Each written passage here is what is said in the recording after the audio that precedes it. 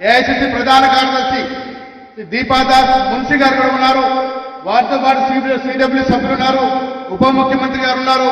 మీ అందరికీ మనవి చేసేది, ఇవాళ మల్లికార్జున ఖర్గే గారు గౌరవ నాయకులు యావత్ దేశంలో పార్లమెంట్ ఎన్నికల శంకారం పూరించడానికి మొట్టమొదటిసారిగా హైదరాబాద్ నుంచి ఈ శుభారంభాన్ని చేస్తా ఉన్నారు.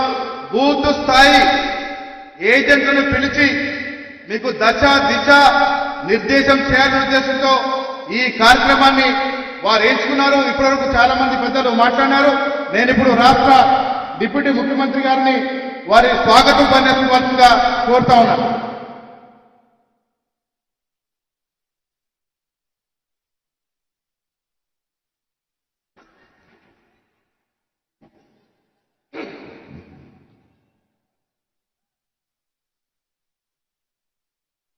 సభాధ్యక్షులు, రాష్ట్ర కాంగ్రెస్ కమిటీ కార్యనిర్వాహక అధ్యక్షులు మహేష్ కుమార్ గౌడ్ గారికి, అఖిల భారత కాంగ్రెస్ కమిటీ అధ్యక్షులు, మనందరి ప్రీతమ నాయకులు, ఈ కార్యక్రమానికి ముఖ్య అతిథిగా విచ్చేసినటువంటి పెద్దలు శ్రీ మల్లికార్జున ఖర్గే గారికి, అఖిల భారత కాంగ్రెస్ కమిటీ ప్రధాన కార్యదర్శి ఆర్గనైజేషన్ సంబంధించి దేశవ్యాప్తంగా దశ దిశ పార్టీకి నిర్ణయం చేస్తూ నిరంతరం కృషి చేస్తున్నటువంటి పెద్దలు శ్రీ కేసీ వేణుగోపాల్ గారికి, రాష్ట్ర ముఖ్యమంత్రి వర్యులు, రాష్ట్ర కాంగ్రెస్ కమిటీ అధ్యక్షులు శ్రీ రేవంత్ రెడ్డి గారికి, అఖిల భారత కాంగ్రెస్ కమిటీ రాష్ట్ర ఇన్ఛార్జ్ ప్రధాన కార్యదర్శి శ్రీమతి దీపాదాస్ మున్షి గారికి, అలాగే వేదిక మీద ఉన్నటువంటి నా తోటి మంత్రివర్గ సహచరులందరికీ, పార్లమెంటు సభ్యులకి, శాసనసభ్యులకి, శాసన మండలి సభ్యులకి, రాష్ట్ర కాంగ్రెస్ కమిటీ కార్యనిర్వాహక సభ్యులకి, జిల్లా కాంగ్రెస్ కమిటీ అధ్యక్షులకి, అనుబంధ సంఘాల అధ్యక్షులకి, అలాగే రాష్ట్ర వ్యాప్తంగా ఉన్నటువంటి బూత్లో ఉన్నటువంటి అధ్యక్షులుగా అనేక వేలాదిగా తరలి వచ్చినటువంటి మీ అందరికీ ముందుగా నా హృదయపూర్వకమైనటువంటి నమస్కారాలతో కూడినటువంటి స్వాగతం పలుకుతా ఉన్నాం. మిత్రులారా, మీ అందరి నాటి సమావేశం అఖిల భారత కాంగ్రెస్ కమిటీ ఆధ్వర్యంలో కాంగ్రెస్ పార్టీ పునాదిగా నిలబడి ఒక దశాబ్ద కాలం పైబడి అనేక సమస్యలు మిమ్మల్ని వెంటాడుతున్నా, ఆనాటి రాష్ట్ర ప్రభుత్వం మిమ్మల్ని ఇబ్బందులు పెడుతున్నా, 3 రంగుల మూవర్ణల జెండాల మీద భుజాల నుంచి కింద పడలేకుండా మోసి కాంగ్రెస్ పార్టీని అధికారంలో తీసుకొచ్చిన మీ అందరినీ ఇక్కడ పిలిచి సమావేశం పెట్టాలని ఆలోచన చేసింది అఖిల భారత కాంగ్రెస్ కమిటీ. అందులో భాగంగానే ఈరోజు మీ అందరికీ ఇక్కడ సమావేశపరచు, మీ అందరి ఆలోచనలతో పాటు రేపు జరగబోయేటువంటి ఈ దేశంలో మనందరికీ తెలిసిందే, ఈ దేశంలో మత సామరస్యానికి ప్రతీకగా దేశాన్ని మతం పేరు మీద ఆర్థిక వ్యవస్థలపైన విడదీస్తూ విద్వేషాన్ని చెందుతున్నటువంటి భారతీయ జనతా పార్టీకి వ్యతిరేకంగా దేశవ్యాప్తంగా పాదయాత్ర చేస్తున్నటువంటి మన ప్రీతమ నాయకుడు రాహుల్ గాంధీ గారు వారి సందేశాన్ని, అలాగే అఖిల భారత కాంగ్రెస్ కమిటీ ఇచ్చినటువంటి పిలుపు మేరకు ఈ దేశంలో లౌకికవాదంతో ఇక్కడ పుట్టినటువంటి ప్రతి బిడ్డ ఈ దేశ బిడ్డే, ఈ దేశాన్ని పాలించగలిగినటువంటి అర్హత శక్తి కేవలం కాంగ్రెస్ పార్టీకి తప్ప మరే ఇతర పార్టీకి లేదని చెప్పేటువంటి సందేశాన్ని ప్రతి ఇంటికి మీ ద్వారా తీసుకెళ్లాలనేటువంటి ఆలోచనతో ఈరోజు మీ అందరినీ ఇక్కడ పిలిచి సమావేశం ఏర్పాటు చేయడం జరిగింది. మిత్రులారా, పెద్దలందరూ అనేక మంది ఇక్కడ వేదిక మీద ఉన్నారు. మీ అందరికీ తెలిసిందే కాంగ్రెస్ పార్టీ పక్షాన 6 గ్యారెంటీలు ప్రకటించాం. కాంగ్రెస్ పార్టీ పక్షాన ఇందిరమ్మ రాజ్యాన్ని తీసుకొని వస్తామని చెప్పాం. కాంగ్రెస్ పార్టీ పక్షాన ప్రజాప్రభుత్వాన్ని ఏర్పాటు చేస్తామని చెప్పాం. దాన్ని దృష్టిలో పెట్టుకుని ఈ రోజు మీ అందరు ఇచ్చినటువంటి ఆశీస్సులతో గెలిపించినటువంటి కాంగ్రెస్ పార్టీ ప్రభుత్వం ముఖ్య దీక్షతో ఎటువంటి ఇబ్బందులు అనేక ఎదుర్కొన్నప్పటికి కూడా ప్రజలకు ఇచ్చినటువంటి వాగ్దానాలను నిలబెట్టుకోవటం కోసం 6 గ్యారెంటీల్లో ఇప్పటికే 2 గ్యారెంటీల్ని అమలు చేసినటువంటి విషయం కూడా మీ అందరికీ తెలిసిందే.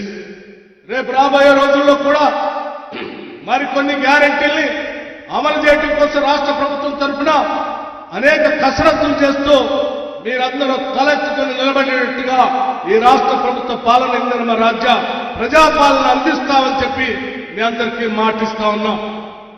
ఇటువంటి కార్యక్రమాలు తీసుకొని ప్రజల కోసం పనిచేస్తున్నటువంటి ప్రభుత్వం పైన ఈనాడు బీఆర్ఎస్ పార్టీకి సంబంధించిన నాయకత్వం అవాకులు చవాకులు పేలుతా ఉన్నాం. బట్టలు ఇప్పి కొడతామని చెప్తా ఉన్నారు. నేను ఒకటే మాట చెప్తా ఉన్నాను. ఈ రోజు రాష్ట్రంలో ఉన్నటువంటి కాంగ్రెస్ కార్యకర్తలు ఒక్కసారి కన్నెర్ర చేసి చూస్తే ఈ రాష్ట్రంలో టీఆర్ఎస్ కానీ బీఆర్ఎస్ పార్టీ కానీ మిగలదని చెప్పడానికి ఎటువంటి సందేహం లేదు. మీరు బట్టలు ఇప్పి ఓడ తీసి కొడతా అంటే చూస్తూ ఊరుకోవడానికి ఇక్కడ కాంగ్రెస్ పార్టీ కార్యకర్తలు కానీ నాయకులు కానీ ఎవరు చేతులు ముడుచుకొని కూర్చోలేదని కూడా చాలా స్పష్టంగా టీఆర్ఎస్ పార్టీ నాయకత్వానికి హెచ్చరిస్తా ఉన్నాం. ఇది ప్రజాస్వామ్య దేశం, ప్రజాస్వామ్య రాష్ట్రం. ప్రజాస్వామ్యయుతంగా ప్రతిపక్షాన్ని కూడా గౌరవించాలనేటువంటి ఆలోచనతో పాలన చేస్తూ ముందుకు పోతా ఉన్నాం. దాన్ని ఏదో మీరు చేతగానితనంగా భావించి బట్టలు ఎప్పుడు తీసి పడతామనంటే మా తడాక ఏంటో కూడా మీకు స్పష్టంగా చూపిస్తామని కూడా ఈ సందర్భంగా మీ అందరికీ చెప్పడమే కాకుండా మీరందరూ అకుంఠిత దీక్షతో మన నాయకత్వం చెప్పేటువంటి మాటలను సూచనలు తీసుకొని ఊరూరు ఇంటింటికి కాంగ్రెస్ సందేశాన్ని తీసుకొని వెళ్తూ రేపు జరగబోయేటువంటి పార్లమెంట్ ఎన్నికల్లో 14 నుంచి 15 స్థానాలు పైబడి మనందరం గెలిచి కాంగ్రెస్ పార్టీకి, తెలంగాణ ఇచ్చిన కాంగ్రెస్ పార్టీకి మనం కానుక ఇద్దామని చెప్పి మీ అందరికీ నేను సవినయంగా మనవి చేస్తూ సెలవు తీసుకుంటున్నాను. జై హింద్, జై కాంగ్రెస్. ధన్యవాదాలు ఉప ముఖ్యమంత్రి గారికి. ఇప్పుడు ఏఐసిసి ప్రధాన కార్యదర్శి మన తెలంగాణ ఇన్ఛార్జ్ మేడం దీపాదాస్ మున్షి గారిని మాట్లాడుతుందిగా కోరుతా ఉన్నాను.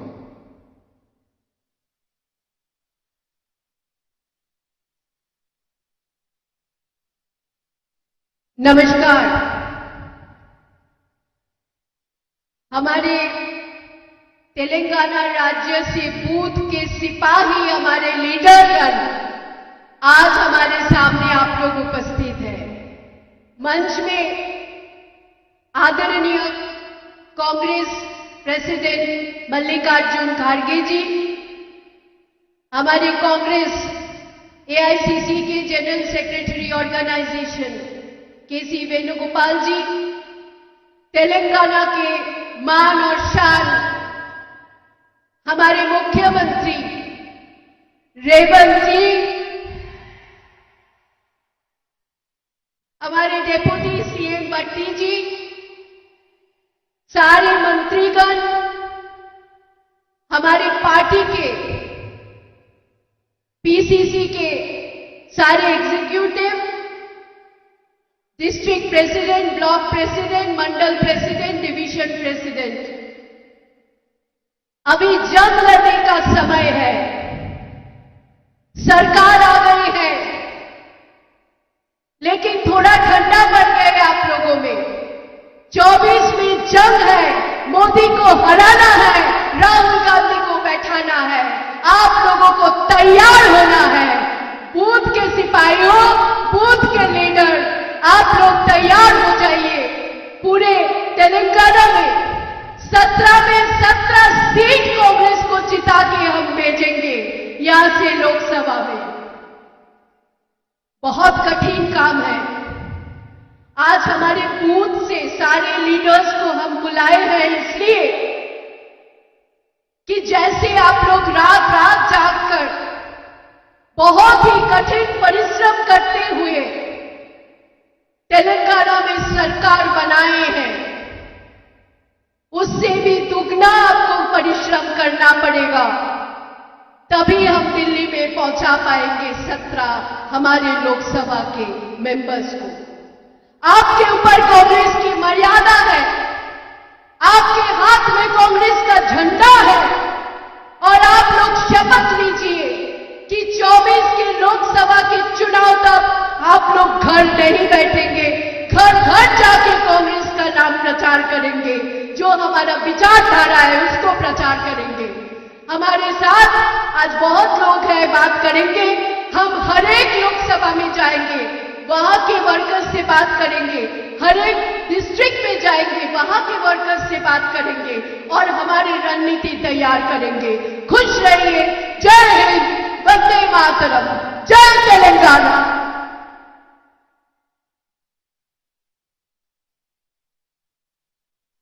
నిశ్శబ్దంగా ఉండాలమ్మా. అది ప్లే కార్డ్ దించండి ఫిరోజ్ భాయ్, ప్లే కార్డ్స్ కిందికి దించండి. ఇప్పుడు మనమందరం ఎదురు చూస్తున్నటువంటి మహానాయకులు ఇవాళ బూత్ లెవెల్ నుంచి ప్రతి ఒక్క ఏజెంట్ పిలుచుకొని, ఇది పబ్లిక్ మీటింగ్ కాదు, చాలా ప్రాముఖ్యమైనటువంటి స్థానంలో ఉన్నటువంటి బూత్ ఏజెంట్ల మీటింగ్ ఇది. మీకు దశ దిశ ఇవ్వడానికి పెద్దలు ఢిల్లీ నుంచి వచ్చినారు. వేదిక పైన ఖర్గే గారితో పాటు పెద్దలు కేసీ వేణుగోపాల్జీ గారు కూడా ఉన్నారు. నేను ఇప్పుడు పెద్దలు మల్లికార్జున్ ఖర్గే గారిని వారి యొక్క ఆశీర్వాద సందేశాన్ని మనకి ఇవ్వాల్సిందిగా నేను కోరుతా ఉన్నాను. I request the Mallikarjun Kharge ji, honourable Congress president, to address.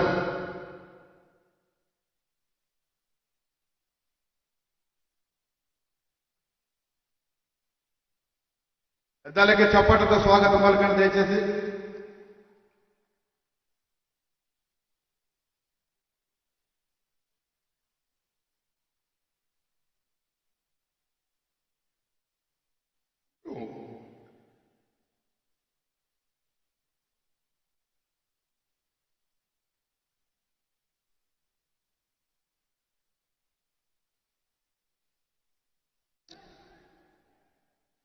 आज के इस मंच पे पधारे हुए आप सबके चाहते और हमारे तेलंगाना के यंग और enthusiastic leader CM Revanth Reddy ji और हमारे पार्टी के जनरल सेक्रेटरी जो हमारे साथ काम करते हैं और हर जगह बहुत ही लगन से वो अपना दिलकश से हर काम में विश्वास रखते हैं। श्री केसी वेणुगोपाल जी और अभी आपके सामने बात किए दीपा मुंशी जी, डिप्टी सीएम विक्रम भट्टी जी, सारे मिनिस्टर्स जो मंच पर बैठे हैं और जो भी हमारे पार्टी के प्रमुख नेता हैं और बूथ लेवल एजेंट्स जो पूरे राज्य में से यहां स्टेडियम में आए हैं और दूसरे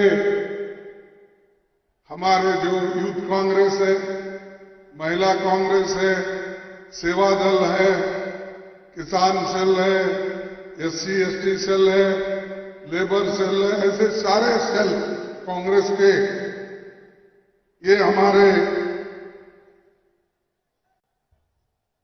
नेता लोग यहां आए हैं और ये बहुत बड़ा मुद्दा है। 2 महीने में हम इलेक्शन को जाने वाले हैं और 2 महीने के बाद हमारा रिजल्ट आएगा और खास करके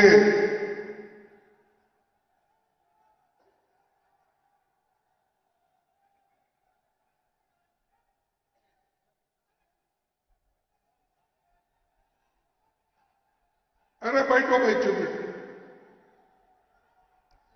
तो अपने साथ कदम पे कदम मिला के आपको चलना है और हमारे खास करके जो बूथ एजेंट्स हैं उनका काम है, बहुत ही बढ़िया काम होना चाहिए।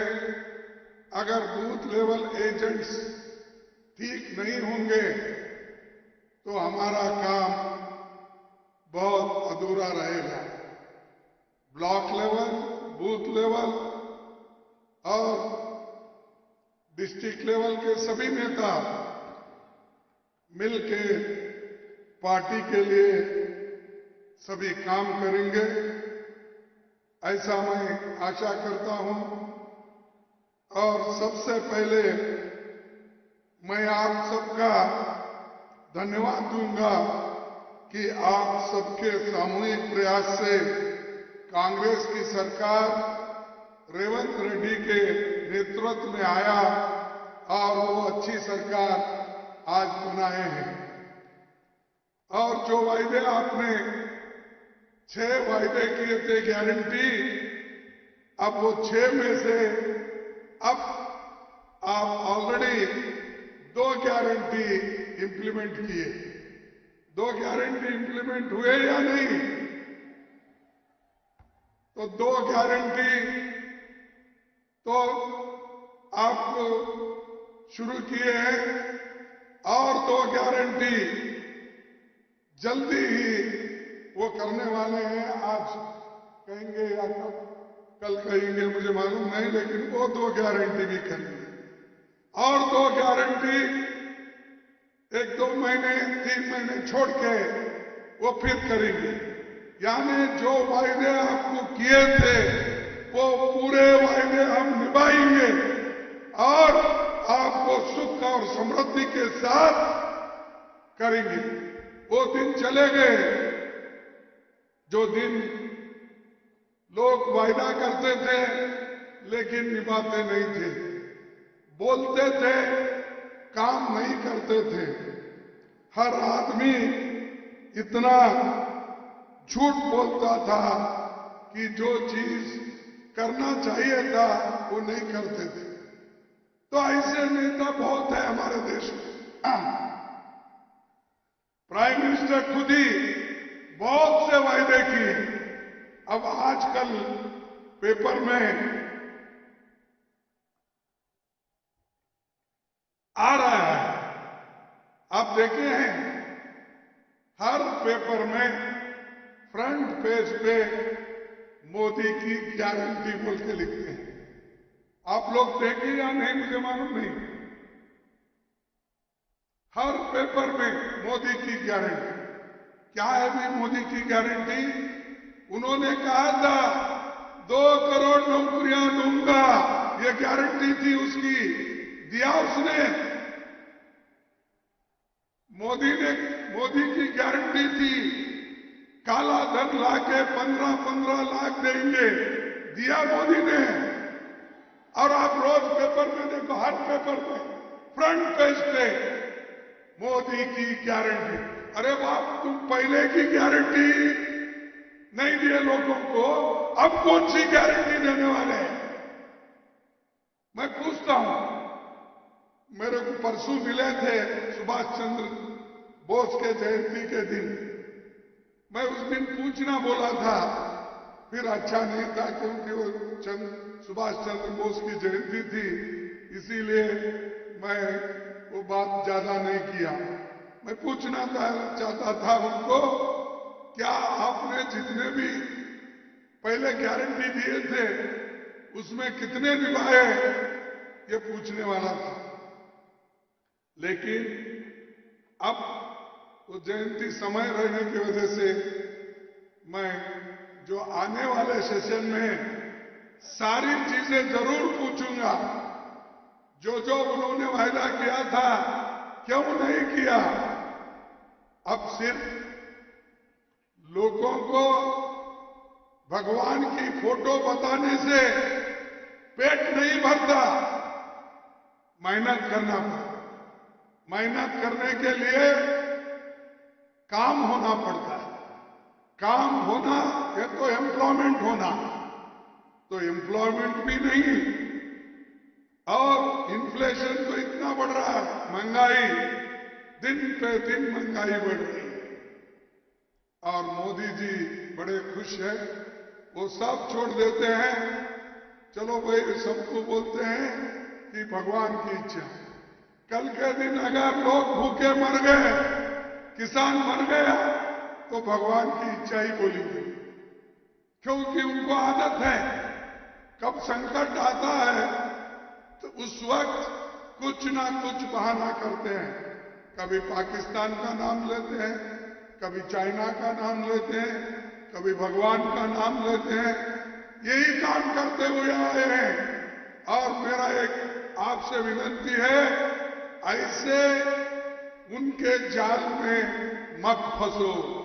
अगर फंसेंगे देश में डेमोक्रेसी बर्बाद हो जाएगी, देश का संविधान चले जाएगा। इसलिए आपको होशियार रहना चाहिए। दूसरी चीज, जो हमारे यंग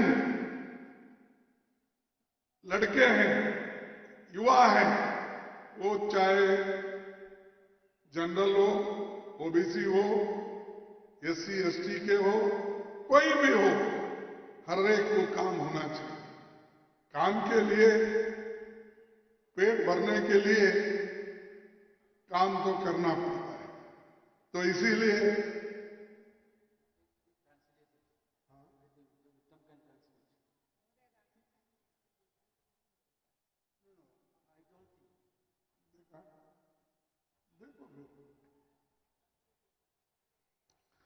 राहुल जी के नेतृत्व में 14 जनवरी से मणिपुर से शुरू हुई भारत जोड़ो न्याय यात्रा महंगाई, बेरोजगारी, जनता के पैसों की लूट जैसे मुद्दों के साथ लेकर उन्होंने सारे देश में भारत जोड़ो न्याय यात्रा कर रहे हैं। उसके लिए हम सभी को साथ देना चाहिए। हम उनके साथ जुड़े हैं। मैं खुद 2-3 जगह जाके आया हूं और वैसा ही हमारे जो वेणुगोपाल है उन्होंने भी उसमें साथ जुड़े हुए हैं। రాహుల్ గాంధీ గారు భారత్ జోడో న్యాయ యాత్ర మణిపూర్ నుంచి మొదలుపెట్టి దిగ్విజయంగా కొనసాగిస్తున్నారు. భారతదేశంలో మంచి జరగాలని, ధరలు తగ్గాలని, సామాజిక న్యాయం ఉండాలని, అందరూ బాగుండాలని రాహుల్ గాంధీ గారు భారత్ జోడో న్యాయ యాత్ర చేస్తున్నారు. దాంట్లో నేను కేసు వేణుగోపాల్ కూడా పాల్గొన్నాం ఈ మధ్య కాలంలో. भाइयों, ये जो राहुल गांधी जी की मेहनत है, ये पूरे देश के युवाओं के लिए है, महिलाओं के लिए है, गरीबों के लिए है, एससी एसटी के लिए है, कमजोर लोगों के लिए है, किसानों के लिए है। इसीलिए वो हिम्मत से आगे बढ़ रहे हैं। రాహుల్ గాంధీ గారు ధైర్యంతో, సాహసంతో చాలా కష్టపడుతున్నారు. ఈ దేశం యువకుల కోసం, మహిళల కోసం, రైతుల కోసం, దళితుల కోసం, ఆదివాసుల కోసం, అందరి కోసం రాహుల్ గాంధీ గారు ధైర్యం, సాహసంతో చాలా కష్టపడుతున్న విషయం మీరందరూ గమనించాలని చెప్పి నేను విజ్ఞప్తి చేస్తున్నాను. देखो, तेलंगाना में हमें जीत आप सबकी मेहनत से मिली, ये बताती है। और राहुल जी की मेहनत भी ये बताती है। एक उर्दू में शायर है, मैं कहूंगा, 1000 वर्ष गिरे, लाख आंधियां उठे, वो फूल खिल के रहेंगे जो खिलने वाले हैं। మీ అందరి కష్టంతో రాహుల్ గాంధీ గారి కష్టంతో తెలంగాణ రాష్ట్రంలో కాంగ్రెస్ ప్రభుత్వం వచ్చింది. ఏం జరిగినా సరే తెలంగాణలో కాంగ్రెస్ పార్టీ మంచి భవిష్యత్తు చెప్పి నేను మనవి చేస్తాను. आप काम करेंगे तो नतीजा सामने आएगा. विधानसभा चुनाव में कांग्रेस अकेली लड़ी. एक सीट पर सीपीआई, बाकी सीट पर कांग्रेस. और आपके मेहनत की वजह से आप और यहां के बैठे हुए लीडर्स एक होकर काम करने की वजह से ये नतीजा आज निकला है. वही नतीजा आपको पार्लियामेंट में लाना है. మీరందరి కష్టంతో సాహసంతో ధైర్యంతో మీరు ఈ వేదిక మీద నాయకులందరూ కూడా సమిష్టిగా పనిచేసినందుకే శాసనసభ ఎన్నికల్లో గెలిచారు. అదేవిధంగా పార్లమెంట్ ఎన్నికల్లో కూడా మీరు వేదిక మీద అందరూ కూడా కష్టపడి పనిచేయాలని చెప్పి మీ అందరికీ విజ్ఞప్తి చేస్తున్నాను. तेलंगाना में हमारी सरकार को अपने कामकाज से देश में एक मॉडल बनाना है. कोई भी ये कहे कि भाई ये काम जो हमारे रेड्डी साहब ने जो कांग्रेस के तरफ से किया और कांग्रेस ने यहां जो मॉडल बनाया वो मॉडल हम इंप्लीमेंट करेंगे, ऐसा सारे देश के लोग बोलना चाहिए. ఇక్కడ ప్రభుత్వ పనితీరు భారతదేశం మొత్తం కూడా అనుకోవాలి. తెలంగాణలో కాంగ్రెస్ రేవంత్ రెడ్డి ప్రభుత్వం అద్భుతంగా పనిచేస్తున్న దేశం మొత్తం కూడా కోరుకోవాలని చెప్పి నేను విజ్ఞప్తి చేస్తున్నాను. और मोदी जी हमेशा जहां सरकार कमजोर होती है उसको और दबाने की कोशिश करते हैं. परसों उन्होंने एक नेता को बुलाया था, महाराष्ट्र के नेता को. मैं नाम नहीं बोलना चाहता हूं, लेकिन मैं उनके जो नेता लोग बुला के उनको पूछे, क्या पूछे, महाराष्ट्र में आप कितने एमएलए को फोड़ सकते हैं और कितने एमएलए को निकालकर कांग्रेस में ला सकते हैं. ये क्वेश्चन किसी एक सामान्य व्यक्ति ने नहीं पूछा, ये तो दिल्ली के बड़े नेता पूछे हैं. इसका मतलब यही है कि तोड़ो, जहां कहीं भी यूनिटी है, जहां कहीं भी एमएलए है, उनको तोड़ने का काम करते हैं. लेकिन तेलंगाना में वो काम अब नहीं हुआ, पीछे हो गया होगा. ये तेलंगाना, आज का तेलंगाना राहुल गांधी का तेलंगाना है, सोनिया गांधी का तेलंगाना है. और रेवंत रेड्डी और सारे हमारे नेता जो बैठे हैं उनका तेलंगाना की गवर्नमेंट है. నరేంద్ర మోదీ, అమిత్ షా ఎక్కడ ఏ రాష్ట్రంలో అయినా ప్రభుత్వం బలహీనంగా ఉన్న పార్టీ బలహీనంగా అది విచ్ఛిన్నం చేసే ప్రయత్నం చేస్తున్నారు. ఈ మధ్య వాళ్ళు మహారాష్ట్ర నుంచి ఒక నాయకుడిని పిలిచి మీరు ఎంతమంది ఎమ్మెల్యేలు తీసుకురాంటారు, ఎట్లా ఆ పార్టీని విడగొట్టరని చెప్పి అడిగిండ్రు. ఎవరూ పోలేదు. ఈరోజు తెలంగాణలో కాంగ్రెస్ పార్టీ బలంగా ఉంది. రేవంత్ రెడ్డి నాయకత్వంలో కాంగ్రెస్ పార్టీ నాయకులందరూ కూడా ఐకమత్యంగా ముందుకు పోవడం చాలా సంతోషం అని చెప్పి నేను మనం చేస్తాను. आज मोदी जी और होम मिनिस्टर शाह दोनों मिलके ईडी का,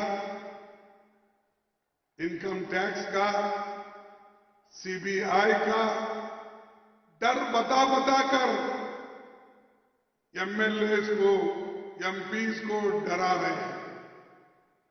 और जो आगे इलेक्शन के लिए तैयारी कर रहे हैं, जो ठहरने वाले हैं, उनके ऊपर भी अभी से ईडी, अभी से इनकम टैक्स वो लोग डाल रहे हैं.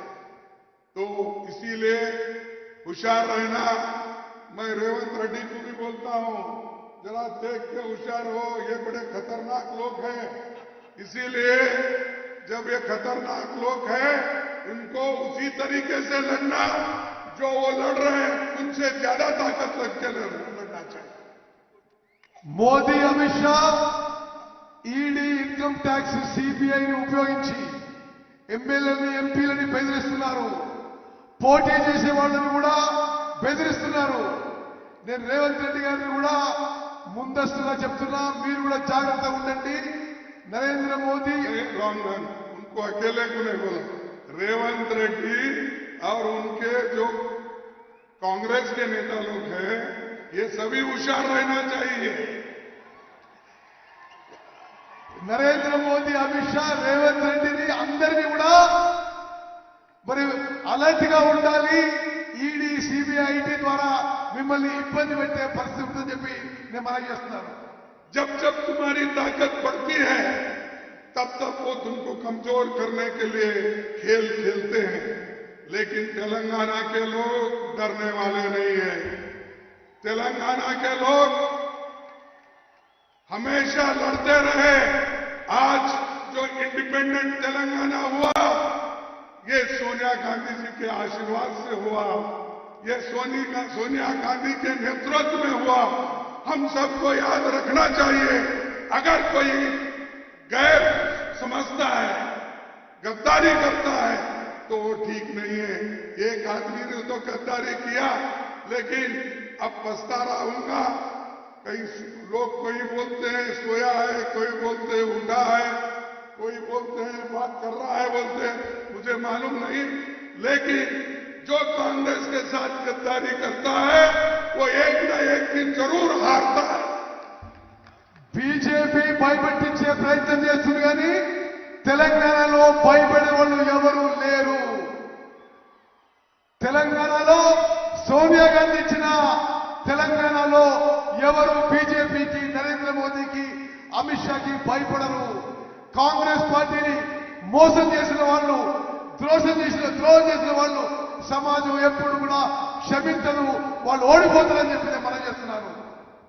केसीआर सरकार जब थी, वो सेंटर पे हमला नहीं करते थे, वो ज्यादा से ज्यादा जो करते थे वो कांग्रेस पार्टी पे करते थे। अब जब हमारी सरकार, तो बीजेपी और बीआरएस दोनों की गालियां खाके, दोनों के मार खाके हम दोनों को हरा के आज आए हैं। इससे ही अंदाजा लगता है कांग्रेस की ताकत क्या है। కేసీఆర్ ఎప్పుడు కూడా కేంద్రంలో ఉన్న బీజేపీ ప్రభుత్వం మీద దాడి చేయకపోయేవాడు. అదే కాంగ్రెస్ పార్టీ మీదనే పదే పదే దాడి చేస్తుండేవాడు.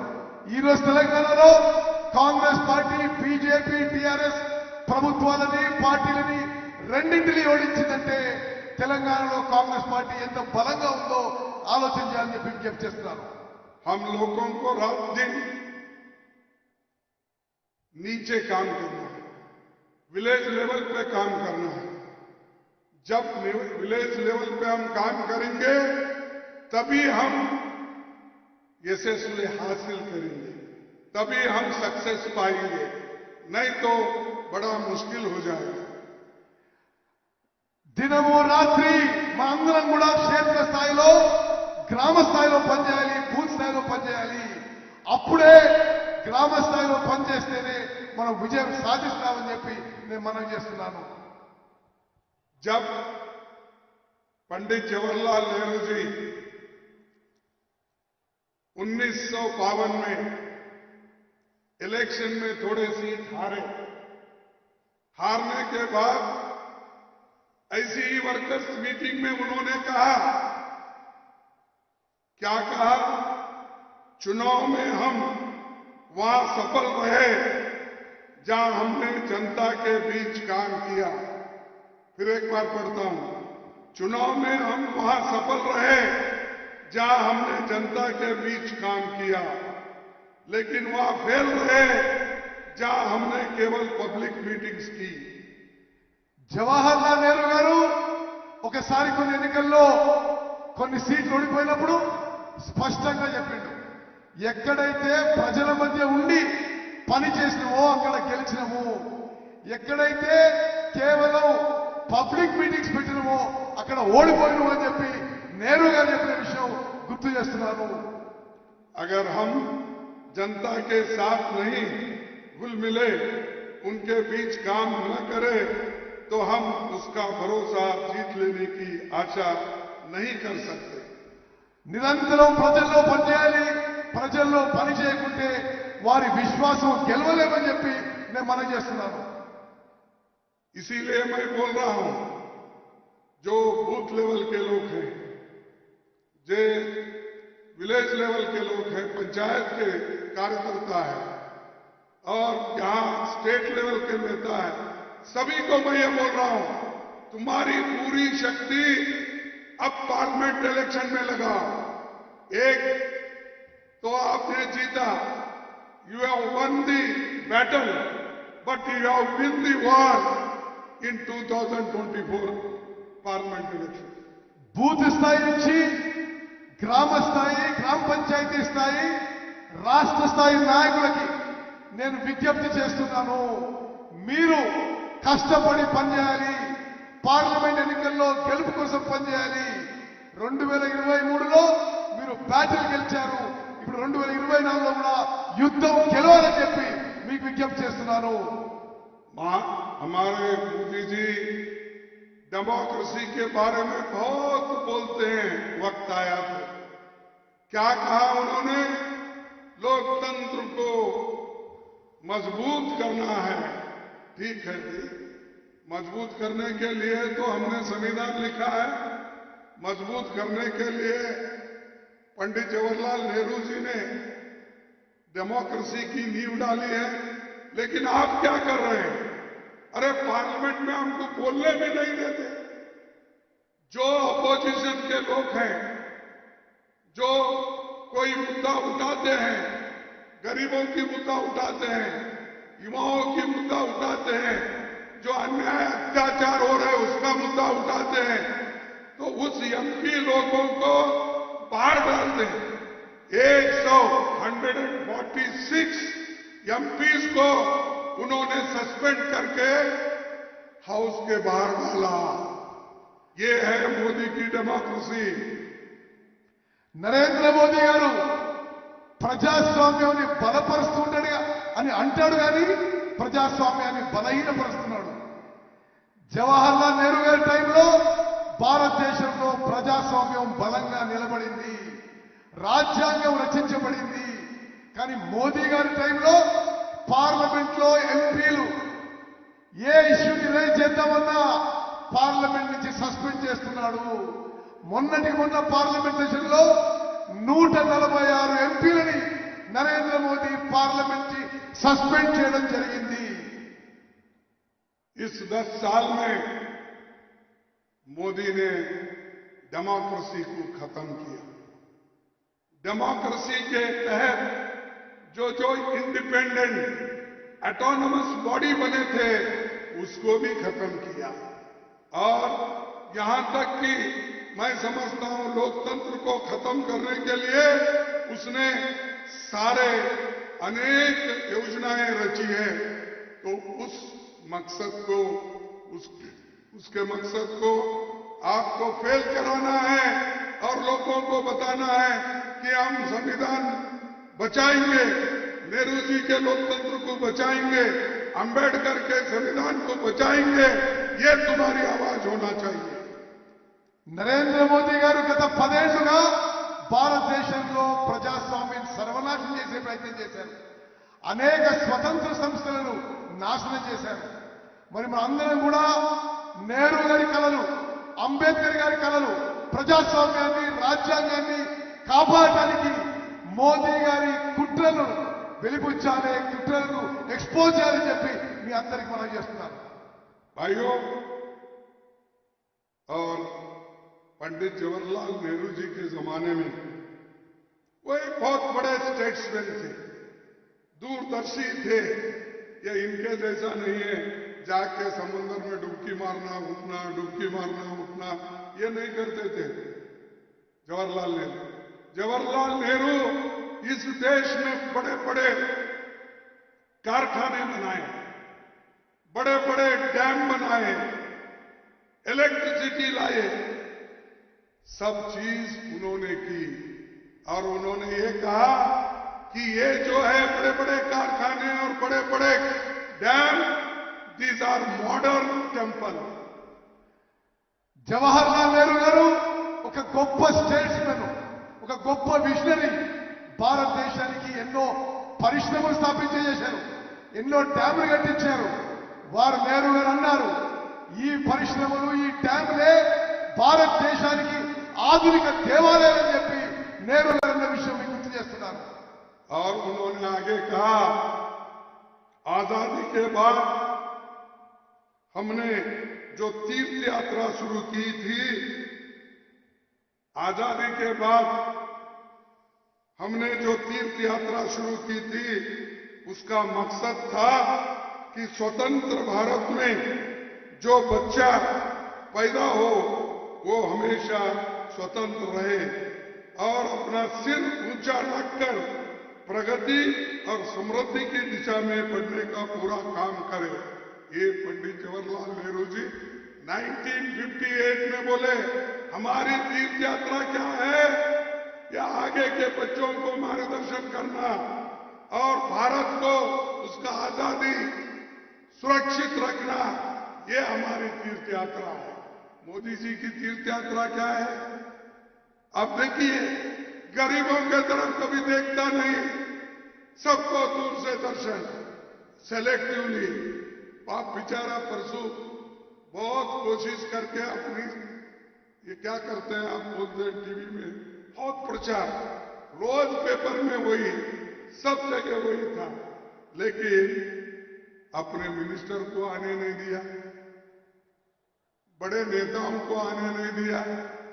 वो अद्वानी जो राम जन्मभूमि के लिए लड़े, उनको आने नहीं दिया, जोशी को आने नहीं दिया, उनको सब बोला तुम दूर रहो, मैं अकेला ही गर्भगुड़ी में चले जाता हूं। నెహ్రూ గారు 1958లో అన్నారు, ఇదొక తీర్థయాత్ర. తీర్థయాత్ర అంటే ఈ దేశంలో పుట్టిన ప్రతి పిల్లవాడు ఒక మంచి జీవితం, ఒక ప్రశాంతమైన జీవితం, ఒక ప్రగతిశీలి దేశంలో ఎదగాలని. నరేంద్ర మోదీ ఏంటిది? అంతా పబ్లిసిటీ, ప్రొపగాండా. మొన్న మీరు చూసిన ప్రోగ్రాంలో నరేంద్ర మోదీ ఈ రామ జన్మభూమి ప్రోగ్రాంలో ఎల్కే అద్వానీ రానియలే, మురళీ మనోహర్ జోషి రానియలే, ఎవరు మంత్రులు రానియలే. తను తప్పితే ఇంక ఎవరూ లేకుండా గర్భగుడిలో పోయిన విషయం మీరందరూ గమనించాలని చెప్పి నేను విజ్ఞప్తి చేస్తున్నాను. भाइयों, इन्होंने बीजेपी पार्टी सिर्फ इलेक्शन के लिए देखती है। बीजेपी पार्टी आगे कहीं से चुन के आना ये कोशिश करती है। मोदी जी ने तो यही कर रहे हैं। कभी मणिपुर में जाके देखा कि वहां क्या हो रहा है? हजारों लोग मर रहे हैं, भूखे हैं, उनके घर बर्बाद हो गए, लेकिन मोदी जी वहां पर नहीं गए। क्यों नहीं गए? आप पूरा हिंदुस्तान में कहां समुद्र है वो डूबते हैं वहां जाते हैं, कहां नदी है वहां जाते हो, कहां भगवान के हर मंदिर में माथा टेक कर उधर चले जाते हो। अरे तुम्हारे को जो इलेक्शन में लोग जो चुनाव में जिताए वो इसलिए जिताए कि वो भूखे हैं उनको रोटी दो, जो काम नहीं है काम दो, जो बच्चे पढ़ने के लिए उनके पास कोई साधन नहीं वो साधन दो।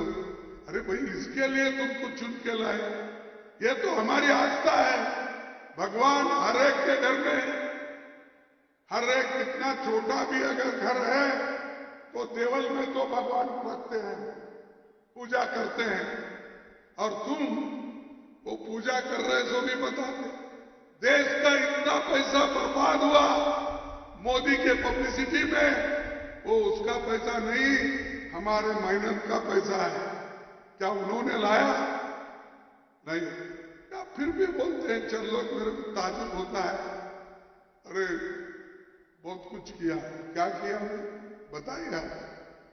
जो आदमी खुद अपने लोगों को नहीं संभाल सकता, गुजरात को ठीक नहीं रख सकता, गुजरात के बच्चों को ठीक नहीं रखता, वो क्या पूरे हिंदुस्तान के लोगों को ठीक रखेगा? वो तो बर्बाद कर रहा है। నరేంద్ర మోదీ బీజేపీ ఎప్పుడు కూడా ఎన్నికలు గెలిసే కుట్రలే చేస్తూ ఉంటాయి. మణిపూర్ అగ్నిగుండమై వేల మంది చనిపోతే, వేల మంది లక్షల మంది ఇల్లు కోల్పోతే ఒక్కసారి కూడా మణిపూర్కి మోదీ పోలేదు. ఆయన ఎప్పుడు దేవాలయాలు చుట్టుపోతూ, నదుల్లో మునుగుతూ, మరి ప్రొపగాండా పబ్లిసిటీ తప్పితే జనానికి మంచి పనులు చేసేది లేదు. అతని ప్రొపగాండా పబ్లిసిటీలో మనం కష్టపడ్డ సొమ్మంతా వృధా అవుతుందని చెప్పి నేను మనం చేస్తున్నాను. అందరం కూడా భక్తులమే, అందరం కూడా దేవుని భక్తులమే, కేవలం ఆయన ఒక్కరికే భక్తున్నట్టుగా నటిస్తున్నాడు. नौजवानों को नौकरी दिलाने के लिए उन्होंने एक नया स्कीम मिलिट्री का निकाला। कौन सा वो? अग्निवीर। क्योंकि इनको मालूम है, इन्होंने खुद ही जवान आर्मी है, उनको मालूम होता है। अब भाई अग्निवीर स्कीम निकाले, कितने साल के लिए? सिर्फ 3 या 4 साल, 4 साल। और 4 साल के बाद वो जवान जाना कहां? उसको नौकरी नहीं, उसकी एज चले जाएगी। अरे मिलिट्री में कभी ऐसी भर्ती हो गई? हमेशा जिसको भर्ती करते हैं अपने साथ रख के उसको तनख्वाह दे के रिटायर होने तक रख लेते हैं, या वॉलंटरी रिटायरमेंट में उसको करते हैं।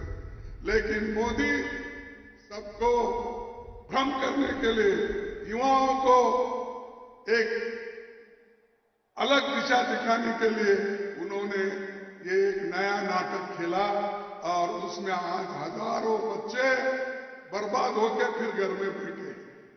దేశ యువకులని నరేంద్ర మోదీ మోసం చేస్తున్నాడు, వాళ్ళతో డ్రామా చేస్తున్నాడు. భారత సైన్యంలో అగ్నివీర పథకం తీసుకొచ్చి కేవలం 4 ఏళ్ల పాటు ఆర్మీలో వీళ్ళు పనిచేసేటట్టు పథకం తీసుకొచ్చారు. 4 ఏళ్ల తర్వాత వీళ్ళు తిరిగి ఇంటికి పోయి ఏమీ పని లేకుండా ఉండాల్సి వస్తుంది. గతంలో కానీ ఎప్పుడు స్వతంత్ర భారతదేశంలో సైన్యంలో ఒక వ్యక్తి రిక్రూట్ అయితే, ఆర్మీలో చేరితే రిటైర్మెంట్ వరకు కూడా ఆ సైన్యంలో భారతదేశానికి సర్వీస్ చేసేవాడు. ఈ విషయంలో కూడా మోదీ భారతదేశ యువకులకి మోసం చేస్తున్నారని మనం చేస్తున్నాను. भाइयों,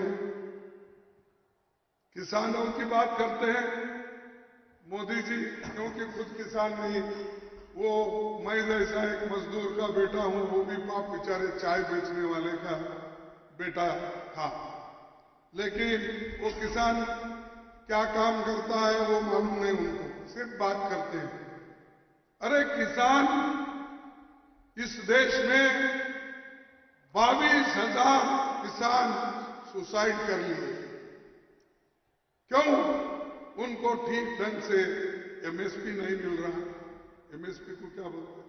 एमएसपी नहीं मिल रहा, और हाँ, तो इसीलिए इतना सब होते हुए भी मेरे किसान भाई 3 काले कानून उन्होंने लाया किसानों के खिलाफ। जब किसान उठ के खड़ा हुआ, बॉर्डर पे जब वो धरना बैठा, तब घबरा कर उन्होंने विड्रॉ कर लिया 3 काले कानून को। నరేంద్ర మోదీకి రైతుల విషయంలో, వ్యవసాయ విషయంలో ఏమీ తెలియదు. ఎట్లయితే నేను ఒక కూలీ, ఒక లేబర్ బిడ్డనో, నరేంద్ర మోదీ ఛాయ్ అమ్మే వాళ్ళ కుటుంబంలో పుట్టాడు. అతనికి వ్యవసాయం గురించి ఏమీ తెలియదు. ఎంఎస్పీ ఇవ్వనందున దేశంలో వేలాది మంది రైతులు ఆత్మహత్య చేసుకున్నారు. వేల సంఖ్యలో, లక్షల సంఖ్యలో రైతులు ఢిల్లీ బోర్డర్లో ధర్నా చేస్తే భయపడిపోయి రైతు వ్యతిరేక చట్టాలని వెనక్కి తీసుకుంది నరేంద్ర మోదీ. ఆయన వ్యవసాయానికి రైతాంగానికి వ్యతిరేకమని చెప్పి నేను మనం చేస్తున్నాను. भाइयों, अब गरीबों की गरीबी इस देश में कितनी है उसका एक आंकड़ा हमारे मोदी साहब दे रहे हैं.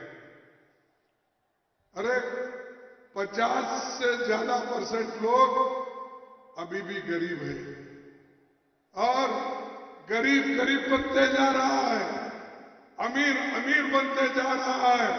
फिर भी मोदी को उसके बारे में चिंता नहीं है.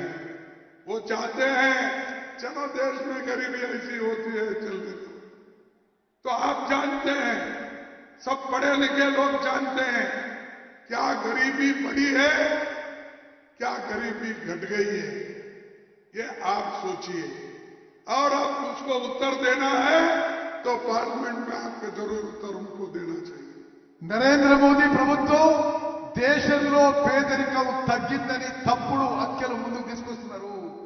దేశంలో పేదరికం పెరిగింది, నిరుపేదలు మరింత పేదవాళ్ళు అవుతున్నారు, ధనవంతులు మరింత ధనవంతులు అవుతున్నారు. ఈ తప్పుడు అంకెలతో నరేంద్ర మోదీ దేశాన్ని మోసం చేసే ప్రయత్నం చేస్తున్నారు. 50% కంటే ఎక్కువ దేశంలో నిరుపేదలు ఉన్నారు. పార్లమెంట్ ఎన్నికల్లో మీరు నరేంద్ర మోదీకి సరి అయిన జవాబు చెప్పాలని చెప్పి విజ్ఞప్తి చేస్తున్నారు. मोदी जी और उनकी सरकार पिछले 10 सालों में 55 लाख करोड़ से बढ़कर 155 लाख करोड़ कर्जा किया है. पहले था सिर्फ 55 लाख करोड़, लेकिन इन्होंने 10 साल में 155 लाख करोड़. और वो कहते हैं कि देश पे कोई कर्जा नहीं, देश को हम अच्छा बनाए. ये इनकी हालत मोदी जी की और बीआरएस की हालत, जो पहले 60,000 था अब क्या है 1,60,000 कर्जा बैठा है.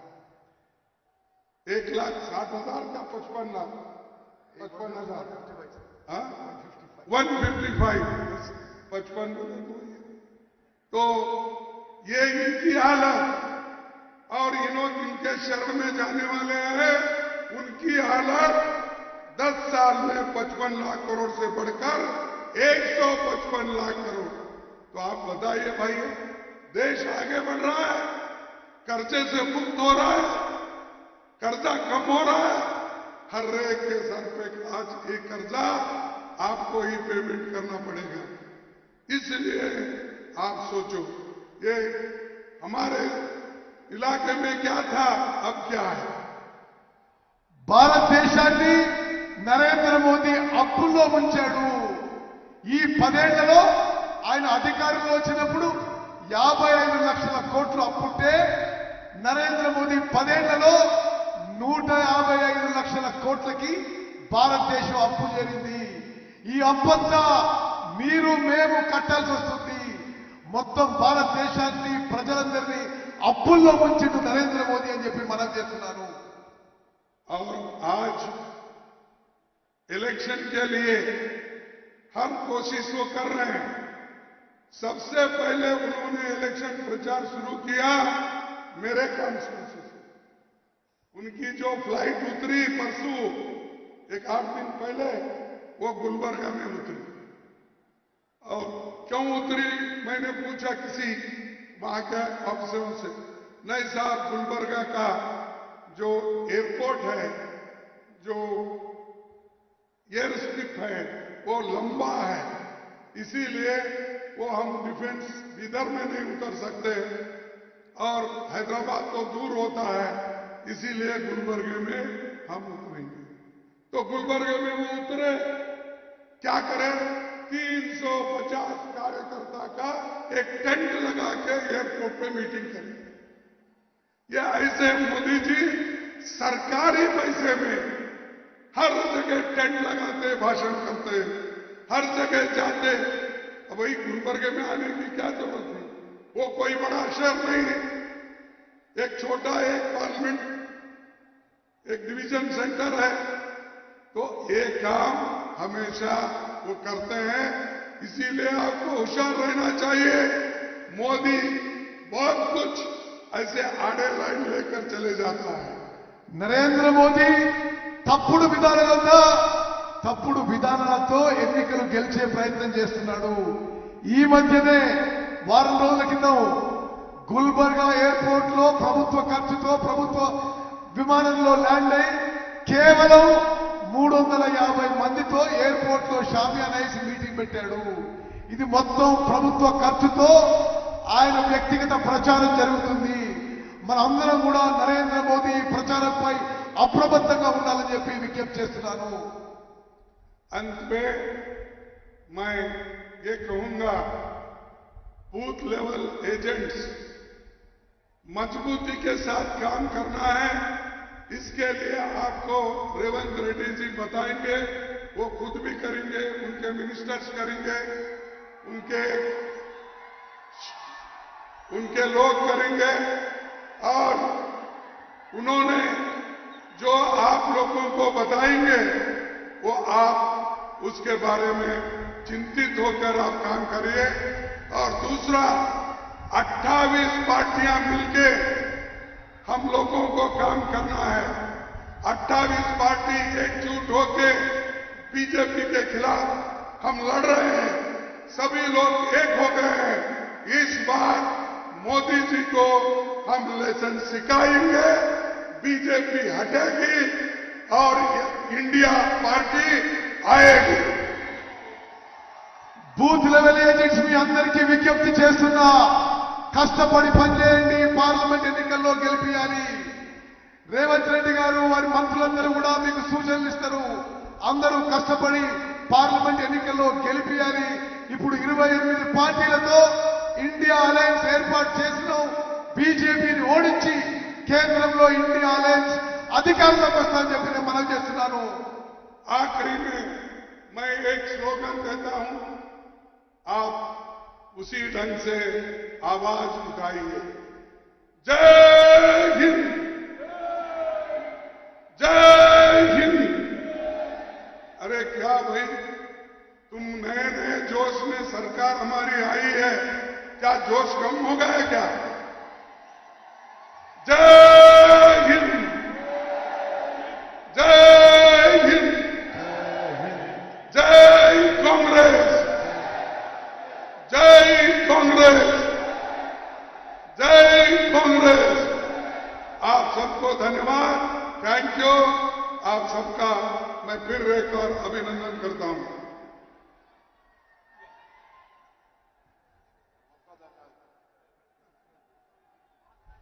రాష్ట్ర ముఖ్యమంత్రి గారు మాట్లాడే ముందు 2 నిమిషాలు ఎవరైతే బూత్ లెవెల్లో కష్టపడి పనిచేశారో మీ అందరూ తెలుసు, రేవంత్ రెడ్డి గారు పీసీ అధ్యక్షుడిగా 45 లక్షల సభ్యత్వం చేసుకున్నాం. సభ్యత్వంతో మొదలుకొని మొన్నటి ఎలక్షన్ వరకు కష్టపడినటువంటి బూత్ ఏజెంట్లకి ఇప్పుడు పెద్దలు ఖార్గే గారు, రేవంత్ రెడ్డి గారు వారికి సత్కారం చేస్తారు. నేను పేరు పిలుస్తాను. ఆ పేరుతో పాటు అక్కడ నిలబడ్డ ఎమ్మెల్యే అభ్యర్థి, అక్కడ డీసీసీ ప్రెసిడెంట్ ముందుకొస్తే ఖార్గే గారు, కేసీ వేణుగోపాల్జీ గారు, దీపాదాస్ మున్షి గారు, రేవంత్ రెడ్డి గారు, డిప్యూటీ సీఎం గారు వారికి సత్కారం చేస్తారు.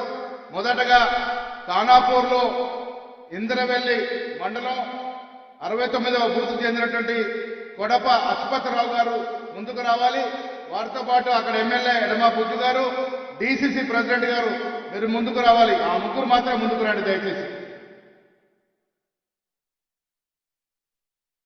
అశ్వత్థరావు గారు కొడప, ఎడమా బజ్జు గారు,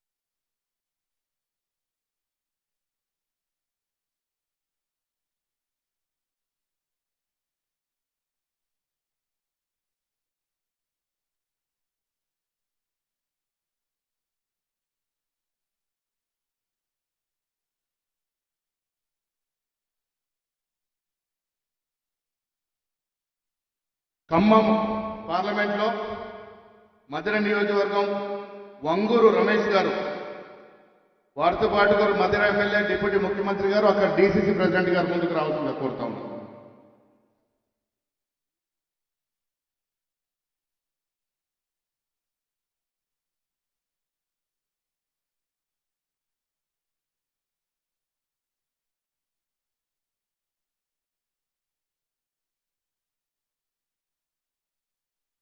నాంపల్లి ఫెరోజ్ గారు తయారుగా ఉండండి.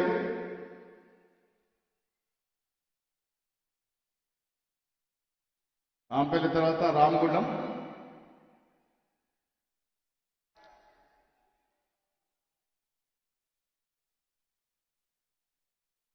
మురళీధర్ గారు వారితో పాటు డీసీసీ ప్రెసిడెంట్, అక్కడ నిలబడి ఓడిపోయాడు ఫెరోజ్ గారు, కానీ చాలా తక్కువ ఓటుతో ఓడిపోయారు. ఈ మురళీధర్ గారు చాలా కష్టపడి ఈ 33వ బూత్లో 69వ బూత్లో అత్యధిక ఓట్లు తీసుకొచ్చినాడు. వారికి సత్కారం చేయాల్సిందిగా ఖర్గే గారిని ముఖ్యమంత్రి గారిని కోరుతా ఉన్నాను.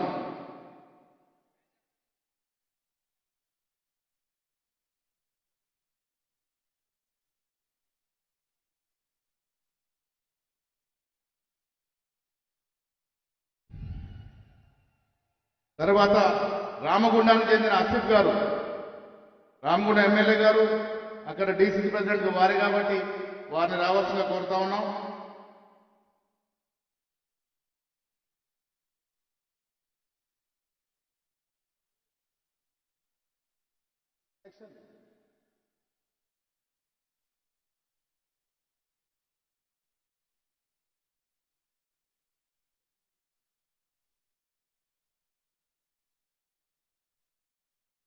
అదేవిధంగా డీసీసీ అధ్యక్షుడు సురేఖ గారు మెంబర్షిప్ లో ఆనాడు ఐఏఎస్ మెంబర్షిప్ చేసినారు పెద్దపల్లి నియోజకవర్గం, వారిని అక్కడ డీసీ ప్రెసిడెంట్ వారిని కూడా రావాల్సిందిగా కోరుతాం.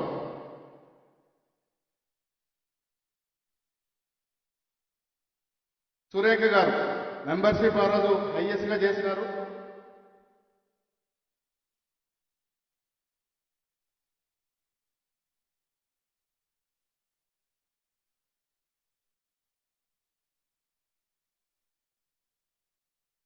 రేవంత్ రెడ్డి గారి ఉద్దేశం ఏంటంటే ఎవరైతే కష్టపడి పనిచేసి మొన్న ఎలక్షన్లో గెలుపు కృషి చేసినారో వాళ్ళని మనం నెత్తిన పెట్టుకుని ఊరేగాలి, మనం అత్తుకొని ఊరేగాలి ఉద్దేశంతో ఈ విధంగా చేసినారు. ఈ కార్యక్రమం ఉద్దేశం బూత్ లెవెల్లో మీరు పునాదులు, మీరే స్తంభాలు, మీ స్తంభాలు గట్టిగా ఉంటేనే కాంగ్రెస్ పార్టీగా గట్టిగా ఉంటుందని నమ్మే వ్యక్తులు మొదటి వారు ఖర్గే గారు, ఆ తర్వాత పిసిసి అధ్యక్షుల వారు గట్టి గారు, మేమందరం కూడా. అందుకే మీ అందరినీ వాళ్ళు తెలుసుకొని రేపు రాబోయే పార్లమెంట్ ఎన్నికల కొరకు దశ దిశ నిర్దేశిత కార్యక్రమం చేస్తున్నారు. బూత్ లెవెల్లో ఎవరైతే కష్టపడి పనిచేస్తారో రేపు వచ్చే రోజుల్లో మీ అందరూ కూడా సంపూర్ణమైన సహకారం ప్రభుత్వ తరఫున, పిసిసి అధ్యక్షుల వారి తరఫున, ముఖ్యమంత్రి గారి తరఫున ఉంటుందని చెప్పడానికి ఈ కొద్ది మందికి మేము సత్కారం చేశాం. ఇప్పుడు నేను రాష్ట్ర ముఖ్యమంత్రి వర్యులు రేవంత్ రెడ్డి గారిని ప్రసంగించాల్సిందిగా కోరుతా ఉన్నాను.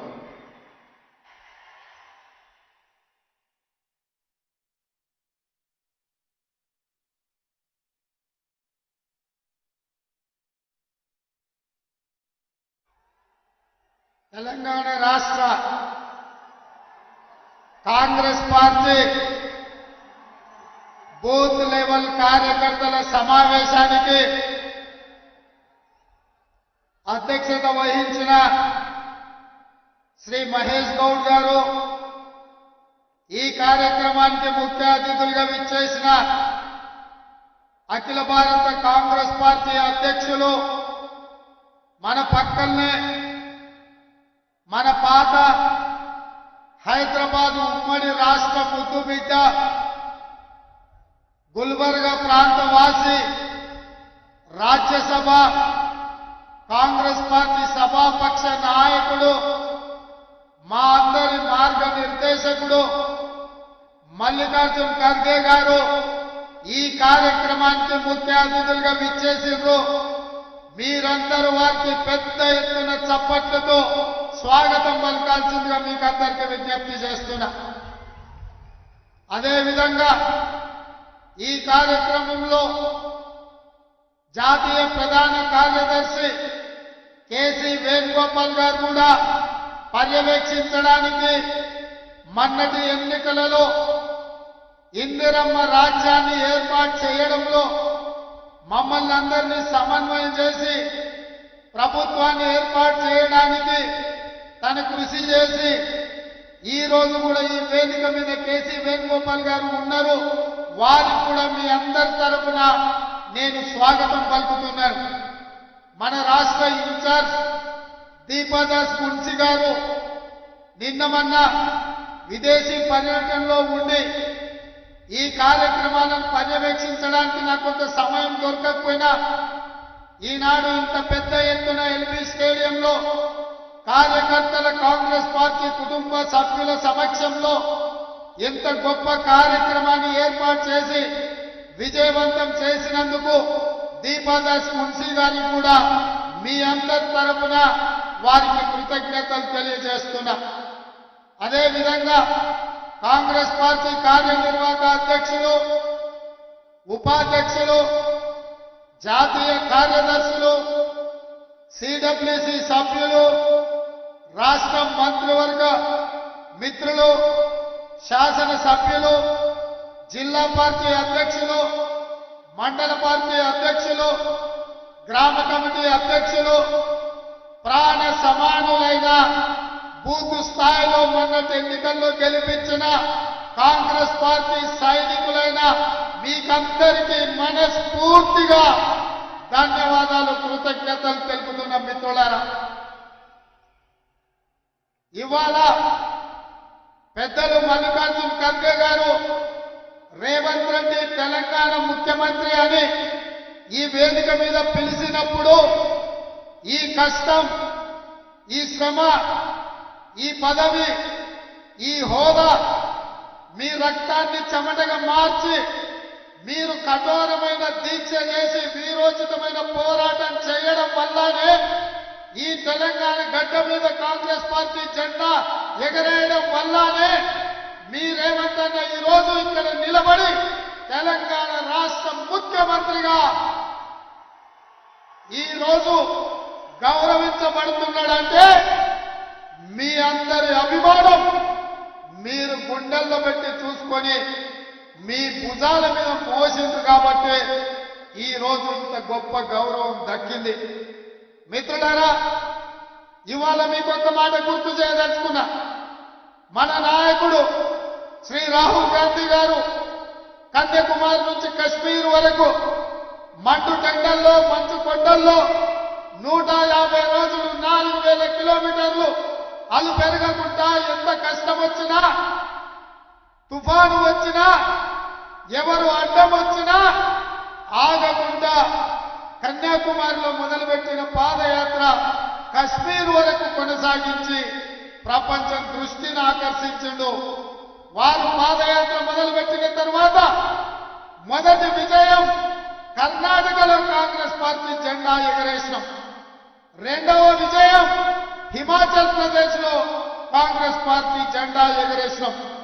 మూడవ విజయం తెలంగాణ రాష్ట్రంలో ఈ గడ్డ మీద వారు పాదయాత్ర చేసిన సందర్భంగా మీరందరూ కష్టపడి విజయవంతం చేస్తే రాహుల్ గాంధీ గారి భారత్ జోడో యాత్ర ఈ రోజు తెలంగాణ రాష్ట్రంలో కాంగ్రెస్ పార్టీ ప్రభుత్వాన్ని ఏర్పాటు చేసింది. మిత్రులారా, ఇవాళ నేను మిమ్మల్ని అడుగుతున్నా, వాళ్ళ తాతలు ముత్తాతలు వజ్రాల వ్యాపారం చేసింది. వజ్ర వైదూర్యాలతో వేలాది కోట్ల రూపాయలతో ప్రపంచంలోని ఆగర్భ శ్రీమంతులుగా ఉన్న మోతీలాల్ నెహ్రూ, పండిత్ జవహర్లాల్ నెహ్రూ గారు ఈ దేశ ప్రజల కోసం స్వేచ్ఛనివ్వాలి, ఈ దేశ ప్రజలు స్వతంత్రాన్ని అనుభవించాలి, ఈ దేశ ప్రజలు తెల్లదొరల బానిసత్వం నుంచి విముక్తి కలిగి ఈ దేశంలో రాజులై వెలగాలి అని వాళ్ళ ఆస్తులను ఫణంగా పెట్టిండ్రు.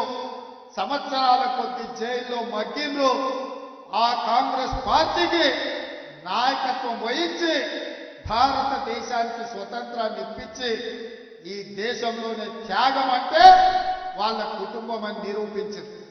వచ్చిన స్వతంత్ర దేశానికి మొట్టమొదటి ప్రధానమంత్రిగా ప్రపంచానికే ఒక సుపరిపాలన అందించి ప్రపంచ దేశాలతో పోటు పడే దేశంగా భారతదేశాన్ని పండిత్ జవహర్లాల్ నెహ్రూ గారు తీర్చిదిద్దారు. వారి వారసత్వంతో వచ్చిన శ్రీమతి ఇందిరాగాంధీ గారు ఈ దేశ సమగ్రత కోసం, సమైక్యత కోసం, ఈ దేశాన్ని కాపాడడానికి తన చివరి రక్త పొట్టు వరకు ఈ దేశం కోసం ధారపోసి తుపాకీ తూటాలకు బలై నేల కొట్టిండ్రు తప్ప దేశ సమగ్రతను కాపాడడంలో ఒక్క అడుగు కూడా వెనక్కేయలే.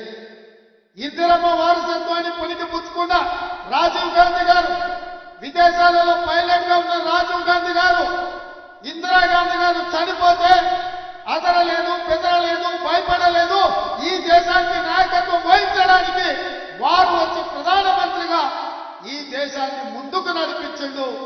ఈ దేశంలో యువకులకు కంప్యూటర్ని పరిచయం చేసిండు. ఈ దేశంలో యువకులకు 21 సంవత్సరాలకు ఓటు ఉంటే 18 సంవత్సరాలకే ఓటు హక్కుని ఇప్పించి ఇవాళ 18 ఏళ్ల పిల్లలు ఓటేస్తుండ్రు.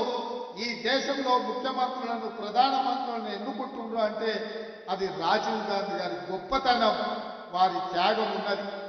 మరి వారి బిడ్డ వారు ఈ దేశం కోసం ఏ త్యాగానికైనా సిద్ధమైంది.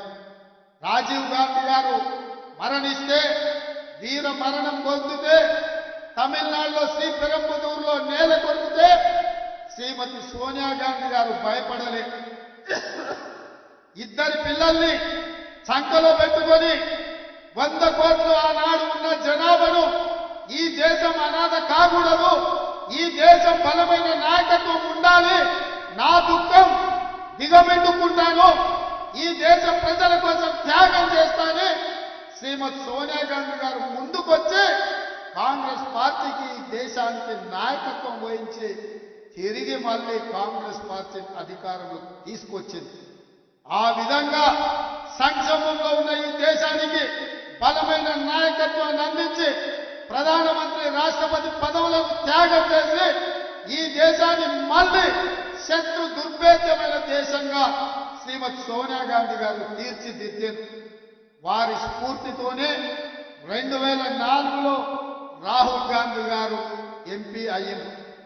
నేను అడుగుతున్న మిత్రులారా, చాలా మంది మొదటిసారి ఎమ్మెల్యేలు అయిన వెంబడే 6 నెలలు తిరగకముందే నన్ను ఎవ్వరు మంత్రి చేస్తలేరు, నన్ను ఎందుకు ముఖ్యమంత్రి చేస్తలేరు అని అడిగే రోజులు. కానీ 2004లో 2009లో 10 సంవత్సరాలు కాంగ్రెస్ పార్టీ అధికారంలో ఉంటే రాహుల్ గాంధీ గారు మంత్రి గాని, ప్రధానమంత్రి గాని, రాష్ట్రపతి పదవి గాని అడగలేదు. పదవులు త్యాగం చేసి ప్రజలలో ఉండి ప్రజల తరఫున కొట్లాడి మేధావి అయిన మన్మోహన్ సింగ్ను ప్రధానమంత్రిని చేసిండ్రు, ప్రణబ్ ముఖర్జీని రాష్ట్రపతిని చేసిండ్రు. త్యాగం అంటే రాహుల్ గాంధీది, త్యాగం అంటే సోనియా గాంధీది, మరణం అంటే, వీర మరణం అంటే రాజీవ్ గాంధీది. ఈ దేశం కోసం ప్రాణాలు ఇవ్వడం అంటే, రక్తం దారపోయడం అంటే అది ఇందిరమ్మ త్యాగం. త్యాగం అంటే మేము, త్యాగం అంటే మా నాయకులు. ఈ దేశం కోసం ప్రాణాలు అర్పించిన పార్టీ కాంగ్రెస్ పార్టీ. ఈ దేశానికి స్వతంత్రం ఇచ్చిన పార్టీ కాంగ్రెస్ పార్టీ. 4 కోట్ల తెలంగాణ ప్రజలకు తెలంగాణ ఇచ్చిన పార్టీ కాంగ్రెస్ పార్టీ. నేను అడుగుతున్న మిత్రులారా, ఇవాళ భారతీయ జనతా పార్టీ నాయకులు మాట్లాడుతున్నారు, అఖండ భారత్ అంటున్నారు. అఖండ భారత్ కోసం, 100 కోట్ల ప్రజల కోసం, స్వతంత్రం కోసం ప్రాణాలు ఇచ్చినప్పుడు మీ దగ్గర ఉన్న నరేంద్ర మోడీ మీరు కాదు కదా, కనీసం మీ పెంపుడు కుక్కైనా ఈ దేశం కోసం త్యాగం చేసిందా అని నేను అడుగుతున్నా. ఈ దేశ స్వతంత్రం కోసం కొట్లాడింది కాంగ్రెస్, ఈ దేశానికి స్వతంత్రం తెచ్చింది కాంగ్రెస్, ఈ దేశం కోసం ప్రాణాలు ఇచ్చింది గాంధీ కుటుంబం. నేను అడుగుతున్న బీజేపీ నాయకులను, కాంగ్రెస్ దేశ స్వతంత్రం కోసం కొట్లాడిన రోజు మీరే పొయ్యిలో పడుకున్నారని నేను అడుగుతున్నా. ఇవాళ ఈ దేశ సమగ్రతను కాపాడడం కోసం ముస్కర్ల తుపాకీ తూటాలకు బలైపోయి మానవ బాంబుల పేల్స్లో వీరు మరణం పొందినప్పుడు మీరంతా ఎక్కడున్నారు? మీ నాయకులు ఎవరైనా ఈ దేశం కోసం ప్రాణాలు ఇచ్చిందా అని బీజేపీ నాయకులను నేను అడుగుతున్నా. అట్లాంటి బీజేపీ ఇవాళ గాంధీ కుటుంబం మీద ఆరోపణలు చేస్తున్నారు, సోనియా గాంధీ గారికి, రాహుల్ గాంధీ గారికి ఈడీ నోటీసులు, ఇన్కమ్ ట్యాక్స్ నోటీసులు, సిబిఐ కేసులు పెడుతున్నారు. నేను అడుగుతున్నా సోదరులారా, ఈ దేశంలో 3 తరాలు ప్రధానమంత్రిగా చేసిన జవహర్లాల్ నెహ్రూ, ఇందిరాగాంధీ, రాజీవ్ గాంధీ ఈ దేశ ప్రధానమంత్రిగా చేస్తే ఇవాళ ఉండడానికి సొంత ఇల్లు లేని కుటుంబం ఏదైతే ఉందో అది గాంధీ కుటుంబం. వాళ్ళక అవినీతి మరకలు అంటించే ప్రయత్నం అని నేను అడుగుతున్నా. ఉండడానికి ఇల్లు లేని వాళ్లకు సొమ్ము సంపాదించుకోవాలన్న ఆలోచన ఎందుకుంటది? దేశం కోసం ప్రాణాలు ఇచ్చిన గాంధీ కుటుంబాన్ని ఇవాళ మోడీ ప్రభుత్వం అక్రమ కేసులు పెడుతుంటే నేను అడుగుతున్న ఈ దేశ పౌరులను, నేను అడుగుతున్న మా మిత్రులను, తెలంగాణ బిడ్డల్ని, మన తెలంగాణ రాష్ట్రం ఇచ్చిన గాంధీ కుటుంబాన్ని మోడీ అవమానిస్తుంటే ఆ మోడీ పార్టీని ఈ తెలంగాణ గడ్డ మీద గెలవనిద్దామా, పొందబెడదామా? మీరు ఇవాళ ఆలోచన చెయ్యండి మిత్రులారా. ఇవాళ మన యుద్ధం దేశంలో మోడీతోనైతే సందర్భ సడమియాలాక బిల్లా రంగాలు ఇవాళ ఊరూరు తిరుగుతున్నారు. 10 ఏళ్ళు మేము అధికారంలో ఉన్నాం, మిమ్మల్ని దోచుకున్నాం, మిమ్మల్ని అవమానించినాం, మమ్మల్ని మన్నించండి అని నేను చెప్పదలుచుకున్నా. 100 ఎలుకలు తిన్న పిల్లంట తీర్థయాత్రలు పోయిందంట, అయ్యా నా తప్పైంది మన్నించండి అని. ఇవాళ బిల్లా రంగాలు చార్లే శోభరాజు ఇంట్లో వండుకుంటే ఉత్తగా వండుకోలే బీఆర్ఎస్. మొన్న జరిగిన ఎన్నికలన్నా బోర్లు బొక్కలేసి బొక్కలు వీరు ఇరగొట్టే బీఆర్ఎస్ వాళ్ళు పోయి బోర్లో వండుకున్నారు. ఇవాళ ఓడిపోయి సిగ్గు లేకుండా మళ్ళీ వీధుల్లోకి వచ్చి కాంగ్రెస్ పార్టీ ఇచ్చిన హామీలు అమలు చేయలేదని అంటున్నారు. నేను అడుగుతున్నా, మనం వచ్చి సరిగ్గా 50 రోజులు కాలే. ఎన్నికలకు వెళ్ళినప్పుడు ఏం చెప్పినాం మిత్రమా? నేను ఎన్నికల ప్రచారంలో ప్రతి సభలో చెప్పినా ఖచ్చితంగా డిసెంబర్ 9, 2023 నాడు ఇందిరమ్మ రాజ్యం ఏర్పడుతుంది, ఎల్బీ స్టేడియంలో ప్రమాణ స్వీకారం చేస్తాం, సోనియమ్మ వస్తుందని, సోనియమ్మ సమక్షంలో ఇక్కడనే ప్రభుత్వాన్ని ఏర్పాటు చేస్తామని చెప్పిన మాట నిలబెట్టుకున్నామా మనం? మీ అందరి సహకారంతోనే కదా ఇదే ఎల్బీ స్టేడియంలో సోనియమ్మ సమక్షంలో మన ప్రభుత్వం ఏర్పడ్డది. ప్రభుత్వం ఏర్పడ్డాక 100 రోజుల్లో మన హామీలు అమలు చేస్తామన్నాం. ఇవాళకి 50 రోజులు కూడా కాలేదు, అప్పుడే బిల్లా రంగాలు ఇద్దరు బయలుదేరి. రేవంత్ రెడ్డి ప్రభుత్వం అబద్ధాలు చెప్పింది, రేవంత్ రెడ్డి ప్రభుత్వం ఇచ్చిన హామీలు అమలు చేయలేదు.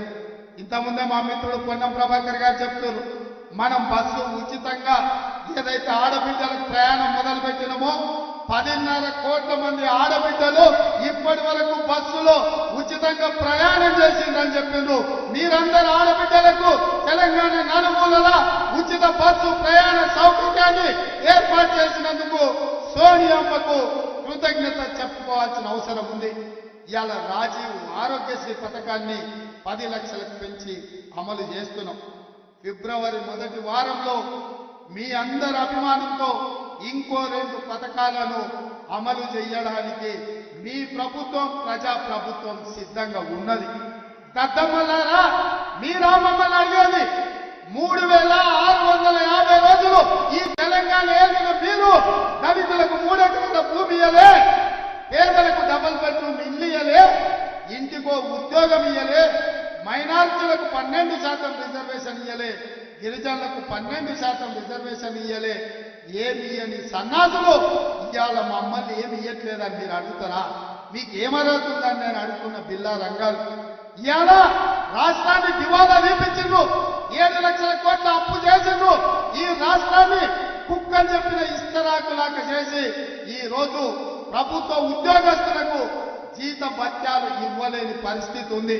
మా బట్టన్న రోజు పొద్దున్నే లేచి గల్లపెట్టడి చూస్తే దాంట్లో ఏంది లేదు, మొత్తం గుల్లై ఉంది.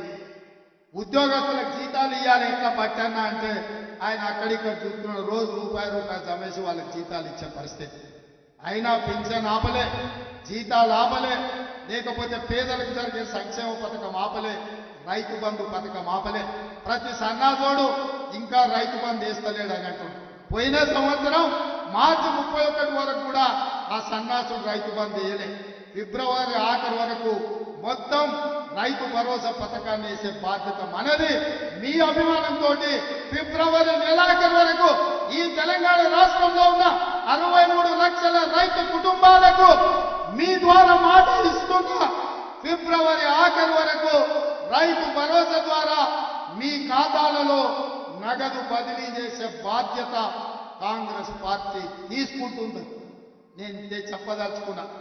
మిత్రులారా, ఒకవైపు సంక్షేమం, ఇంకొక వైపు అభివృద్ధి, మూడవ వైపు కేసీఆర్ చేసిన విధ్వంసాన్ని ఇవాళ మనం అంతా కూడా సరిదిద్దాలి. అక్కడక్కడ రేవంత్ రెడ్డి మేస్త్రి అంటారు. అవును బిడ్డ, నేను మేస్త్రిని. మీరు విధ్వంసం చేసిన తెలంగాణను పునర్నిర్మించే మేస్త్రిని. మీరు నిరుద్యోగ యువకుల జీవితాలతో చెలగాటమాడింది కదా. అందుకే 30 లక్షల మంది తెలంగాణ నిరుద్యోగ యువకుల భవిష్యత్తును తీర్చిదిద్దే మేస్త్రిని తెలంగాణ పబ్లిక్ సర్వీస్ కమిషన్ కి ఇవాళ చైర్మన్లను, సభ్యులను గవర్నర్ గారు అనుమతించారు. ఇవాళ నుంచి వాళ్ళ జీవితాలను పునర్నిర్మించే మేస్త్రిని. ఇదే కాదు బిడ్డ, కాసుకో, మిమ్మల్ని 100 మీటర్ల గోతి నుంచి పాతి పెట్టి మీకు గోరీ కట్టే మేస్త్రిని, మిమ్మల్ని గోరీ కట్టే మేస్త్రిని నేనే బిడ్డ. ఈ నెల చివరికి ఇంద్రవెల్లిలో, ఆదిలాబాద్ జిల్లాలో వస్తున్న కాసుకోండి బిడ్డలారా, మీకు గోరీ కట్టం. మా వెడమ బొత్తు ఖానాపూర్ ఎమ్మెల్యే ఇందిరమ్మ ఇల్లు ఎక్కడున్నాడు? ఎడమ బొత్తు మన ఖానాపూర్ ఎమ్మెల్యే. ఇతను ఆనాడు ఇందిరమ్మ ఇల్లు ఇచ్చిన ఏకైక రూమ్ లో ఉండే ఒక ఆదివాసి బిడ్డ. ఇందిరమ్మ ఇల్లు తప్ప ఎడమ బొత్తు దగ్గర ఏమీ లేదు. కానీ మీ అభిమానం, మల్లికార్జున ఖర్గే గారి ఆశీర్వాదం, కాంగ్రెస్ పార్టీ దీపం ఉంటే గుండెల నిండా గాలి పీల్చుకొని సోనియమ్మ బొమ్మను గుండెల్లో పెట్టుకొని పోతే అక్కడి బిడ్డలు ఆశీర్వదించారు. ఇవాళ ఎమ్మెల్యే అయ్యిండు. కాంగ్రెస్ పార్టీ ఇందిరమ్మ ఇంట్లుండే బిడ్డను కూడా ఇవాళ ఎమ్మెల్యే చేసింది. నేను అడుగుతున్నా, సన్నాసి సోయిలేని కేసీఆర్ ఎవరినిరా నువ్వు రాజ్యసభ చేసింది? పార్థసారథి రెడ్డి కరోనా సమయంలో 1000 కోట్లు దోసుకున్నాం, రాజ్యసభ చేసినావు. రవిచంద్రాన్ని ఇంకొక ఆయన చేసినావు, గ్రానైట్ వ్యాపారం. దామోదర్ రావు అని ఇంకోను రాజ్యసభ చేసినావు, తెలంగాణ రాష్ట్రాన్ని దోసుకున్నాను. ఒక్కనన్నా ఇట్లాంటి ఎమ్మెల్యే చేసినావు అని నేను అడుగుతున్నా. ఇవాళ 64 మందిలో ఇట్లాంటి వాళ్ళు 20 మంది ఉన్నారు. పేదోళ్ళ బిడ్డలు, దళితుల బిడ్డలు, గిరిజనుల బిడ్డలు, ఆదివాసీల బిడ్డలు, బలహీన వర్గాల బిడ్డలు ఇవాళ ఇందిరమ్మ రాజ్యాన్ని నమ్ముకుంటే మందుల సామెలు ఉండడేమో వేదిక మీద ఒకవేళ ఉంటే. తుంగతుర్తిని మన నల్గొండ జిల్లాలో జేబులో 50,000 రూపాయలు లేవు మందుల సామెలు. తెలంగాణ ఉద్యమంలో ఉన్నాడు ఒక మాదిగ బిడ్డ, 50,000 రూపాయలు జేబులో లేకపోయినా ఇందిరమ్మ రాజ్యంలో మల్లికార్జున ఖర్గే గారు బీఫామ్ ఇస్తే 60,000 ఎంతది మెజార్టీ? 50,000 రూపాయలు లేకపోయినా 52,000 మెజార్టీతోనే ఎమ్మెల్యే. ఎవరి బిడ్డ? పేదోళ్ళ బిడ్డ, మాదిగోళ్ళ బిడ్డ, చెప్పులు కుట్టుకున్న బిడ్డ. ఇవాళ కాంగ్రెస్ పార్టీ 50,000 రూపాయలు లేకపోయినా 52,000 మెజార్టీతో ఎమ్మెల్యే అయింది. వీళ్ళందరూ ఏమన్నా భూస్వాములా? వీళ్ళందరూ ఏమన్నా దోపిడీదారులా? వీళ్ళందరూ ఏమన్నా నీలాక దొరలా, దోసుకున్నోళ్ళ? పేదోళ్ళ బిడ్డలు ఇందిరమ్మ రాజ్యంలో మీ కష్టం ఉంటే, మీ శ్రమ ఉంటే ఇవాళ వీళ్ళందరూ ఎమ్మెల్యేలు అయిన మీ ఆశీర్వాదం ఉంటే. మరి మిత్రులారా, నేను అడుగుతున్నా, ఇంత కష్టం చేసి ఇట్లాంటి పేదోళ్ళని మీరు ఎమ్మెల్యేలు చేశారు. మరి నేను అడుగుతున్నా, నల్లమల్ల అడవులలో మారుమూల గ్రామంలో ఉండే ఒక రైతు బిడ్డను మల్లికార్జున ఖర్గే గారు, సోనియమ్మ ఆశీర్వదించే రైతు కుటుంబంలో వచ్చిన నేను ఒక సామాన్యమైన కుటుంబం. మా కుటుంబంలో ఎవరు ఎమ్మెల్యేలు, ఎంపీలు, మంత్రులు లేరు. కానీ 16 సంవత్సరాలలో తెలంగాణ రాష్ట్రానికి ముఖ్యమంత్రి అయినా. ఇది కాంగ్రెస్ పార్టీ దయ. కాంగ్రెస్ పార్టీ అండగా నిలబడితే వ్యవసాయ కుటుంబం నుంచి వచ్చిన నేను కూడా ముఖ్యమంత్రి కాగలిగిన. కాంగ్రెస్ పార్టీలా ఎవరైనా ఏదైనా కావచ్చు. మల్లికార్జున ఖర్గే గారి గురించి ఒక మాట చెప్పాలి. ఆనాడు రజాకర్ల దాడిలో చిన్న వయసులో తల్లి చనిపోతే తండ్రి కొడుకును భుజం మీద వేసుకొని పక్క ఊరికి పోయి ప్రాణాలు కాపాడుకొని కష్టపడి చదివిస్తే గ్రామ కమిటీ అధ్యక్షుడి నుంచి మండల స్థాయి నుంచి జాతీయ కాంగ్రెస్ పార్టీ అధ్యక్షుడైండు, 9 సార్లు ఎమ్మెల్యే అయిండు, 2 సార్లు ఎంపీ అయిండు, ఒక్కసారి రాజ్యసభ సభ్యుడైండు.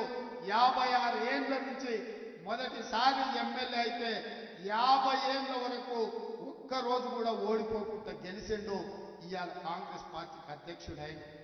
నిలువెత్తు 6 అడుగుల ఆజానుభావుడు ఇవాళ కాంగ్రెస్ పార్టీకి ఒక దళితుల బిడ్డ మనకు నాయకుడైండు. ఎందుకైంది ఇవాళ? కాంగ్రెస్ పార్టీ వల్ల అయిందో, ఇందిరమ్మ దయ వల్ల అయిందో, సోనియమ్మ మద్దతు వల్ల అయిందో. ఇది కాంగ్రెస్ పార్టీ అంటే. కానీ ఆ కేసీఆర్ పక్కన చూడుంది, ఆ పక్కోడు ఈ పక్కోడు, జేబులు కొట్టేటోడు, చైన్లు ఎత్తుకపోయేటోడు, భూములు దొంగతనం చేసేటోడు, sand land wine mine mafia వాళ్ళు వాళ్ళ పక్కనుండ్రు, దళితులు గిరిజనులు పేదోళ్ళు మన పక్కలు. ఎన్ఎస్యుఐ అధ్యక్షుడు వెంకట ఎమ్మెల్సీ, మాజీ ఎన్ఎస్యుఐ అధ్యక్షుడు మహేష్ గౌడ్ ఎమ్మెల్సీ, అంతకంటే ముందు మాజీ ఎన్ఎస్యుఐ అధ్యక్షుడు పొన్నం ప్రభాకర్ ఇవాళ ఎమ్మెల్యే మంత్రి అయిండు, ఎంపీ ఫోరంలో కన్వీనర్ అయ్యాడు. మన విద్యార్థి నాయకులు ఇంతమంది ఇవాళ ఇన్ని హోదాలు వచ్చినాయి. ఎందుకు వచ్చినాయంటే కష్టపడితే వచ్చినాయి, కాంగ్రెస్ పార్టీ జెండా మోస్తూ వచ్చినాయి, మీరందరూ అభిమానించి ఆదరిస్తే వచ్చినాయి. అందుకే మిత్రులారా, ఇవన్నీ నేను ఎందుకు గుర్తు చేస్తున్నా అంటే రాబోయే పార్లమెంట్ ఎన్నికలు అత్యంత కీలకం. దేశం కోసం ప్రాణాలు ఇచ్చి ఈ దేశం కోసం పదవులు త్యాగం చేసిన మన మణిపూర్లో ఈ భారత్ జోడో న్యాయ యాత్ర మొదలు పెట్టిండు. మణిపూర్ నుంచి మహారాష్ట్ర వరకు వారు పాదయాత్ర చేస్తుంటే ఓర్వలేని ప్రభుత్వం అస్సాంలో వారికి అడ్డంకులు కల్పిస్తుండ్రు. ఇవాళ మోడీకైనా కేడీకైనా గుణపాఠం చెప్పాలి. రాహుల్ గాంధీ గారిని ఈ దేశానికి ప్రధానమంత్రిని చెయ్యడానికి మీరు సిద్ధమా? రాహుల్ గాంధీ గారిని ప్రధానమంత్రి చేయడానికి మీరు సిద్ధమా? మీరు సిద్ధమైతే మనం తినే తిండిలో, మనం పీల్చే గాలిలో, మనం వేసే అడుగులో పట్టుదల ఉండాలి, పౌరుషం ఉండాలి, పోరాటం ఉండాలి. రాబోయే ఎన్నికలలో 3 రంగుల జెండాను ఎగరేయాలి. ఈ పోరాటంతో మొన్న గోల్కొండ కిలా మీద 3 రంగుల జెండా ఎగరేసినాం. ఇవాళ నుంచి రాబోయే పార్లమెంట్ ఎన్నికల వరకు మనం కష్టపడాలి. తెలంగాణ రాష్ట్రంలో 17 పార్లమెంట్ ఉంటే కనీసం 14 సీట్లైనా ఈ తెలంగాణ రాష్ట్రం నుంచి గెలిపించాలి. అప్పుడే ఢిల్లీలో ఎర్రకోట మీద 3 జెండా ఎగరేస్తాం. దానికి మనమందరం కష్టపడాలి. మనం కష్టపడాలి అంటే మనమందరం కలిసి పని చేయాలి. ఇంతకుముందు కేసీ వేణుగోపాల్ గారు అంటున్నారు, ప్రభుత్వం వచ్చినాక కార్యకర్తలు ఎందుకో చల్లగున్నారా, ఇంట్లో వండుకుంటూరు, ఏంది నీ సంగతి అంటే నిన్నమననే కదా గెలిచిర్రు, ఉత్సాహంతో దుక్కులాడి అలసిపోయి ఉన్నట్టున్నారు. అంటే అదేం కుదరదు, నువ్వు వెళ్ళాల్సిందే. ముఖ్యమంత్రిగా ఒక రోజు రాష్ట్రాన్ని నడుపు, పిసిసి అధ్యక్షుడిగా ఇంకొక రోజు గ్రామాలు తిరగని వారు నాకు ఆదేశాలు ఇచ్చింది. వారి ఆదేశమే శిరోధార్యం. వారి ఆదేశాలను తీసుకొని బయలుదేరుతున్న ప్రతి వారంలో రోజు రోజు మీ జిల్లా పర్యటనలు వస్తా, 17 పార్లమెంట్లలో సమావేశాలు పెడతా, వారంలో 3 రోజులు మళ్ళీ మీ రేవంత్ అన్నగా మీ మధ్యకు వస్తా, మీతో ఉంటా, మీతో కలిసి నిలబడతా, మీతో కలిసి కొట్లాడతా. జిల్లా రంగాలను తెలంగాణ సరిహద్దులు దాటే వరకు తరిమి కొట్టడానికి నేను వస్తా. మొన్నటి ఎన్నికల్లో ఓడించినాం. ఈ ఎన్నికల్లో తెలంగాణ సరిహద్దులు దాటే వరకు తరుముతాం. ఈ కార్యక్రమాన్ని వచ్చే వారం నుంచి ఇంద్రవల్లిలో మొదలుపెట్టి వేదిక మీద ఉన్న నాయకులందరికీ ఆదేశాలు ఇస్తున్నా. కిందున్న కార్యకర్తలందరికీ సవినయంగా విజ్ఞప్తి చేస్తున్నా, మన పోరాటంలో ఇప్పుడు ఇంటర్వెల్ మాత్రమే, అసలు సినిమా ముందుంది. ఇంటర్వెల్ అయిపోయింది. ఇంద్రవల్లి నుంచి ఇంటర్వెల్ తర్వాత మళ్ళీ కథ మొదలవుతుంది. ఎవరేందో తేలుద్దాం. బిల్లా రంగాలు చాలా మాట్లాడుతున్నారు. చార్లెస్ శోభరాజు మాత్రం దుప్పటి కప్పుకొని గోర్ల బొక్కల వన్నీడు. అందుకే నేను అంటున్నా, బిల్లా రంగాలు కాదు, చార్లెస్ శోభరాజు రమ్మని అంటున్నా. మన అంటుండు ఒక ఆయన, మా పులి బయటకు వస్తుందని. బిడ్డ మా పులులు బోన్ పట్టుకొని ఈడ సిద్ధంగా ఉన్నారు. బోన్లు వేసి బోన్లో పెట్టి బొంద పెడతాం. బోను సిద్ధం, రమ్మను మీ పులిని ఏడుందో నేను చెప్పదలుచుకున్నా. అందుకే ఇంతకాలం ముఖ్యమంత్రి ఉన్నా కాబట్టి మాట్లాడితే బాగుండదు, పరిపాలన మీద దృష్టి పెడతామనుకున్నా. కానీ మాట్లాడకపోతే పని నడిచేటట్టు లేదు. ఏది పడితే అది అపోతాలు చెప్తారు. అభ్యర్థులను మానిస్తే మేము ప్రభుత్వం వచ్చేదని మేము అదే చెప్తున్నాం రా నాయన. మీ కుటుంబాన్ని మారిస్తే తప్ప తెలంగాణకు మేలు జరగదని. మార్చాల్సింది మిమ్మల్ని. సిద్దిపేట మారవాలి, సిరిసిల్లలో మారవాలి, గజ్వేల్లో మారవాలి. కామారెడ్డిలో పొడుస్తా పీక్తా అన్నాడు. నేను వస్తున్న బిడ్డ నిన్ను ఓడగొట్టాను. కామారెడ్డిలో పోయి కేసీఆర్ ఓడి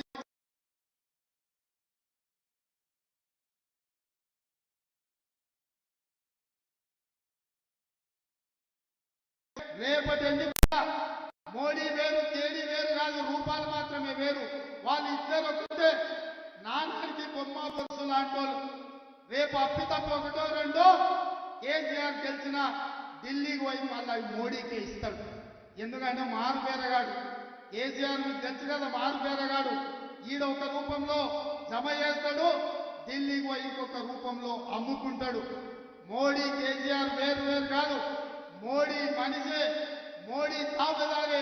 ఈ కేసీఆర్ ఇవాళ మా క్రిస్టియన్ మైనారిటీ, ముస్లిం మైనారిటీ, తెలంగాణ ఉద్యమకారులకు నేను విజ్ఞప్తి చేస్తున్నా.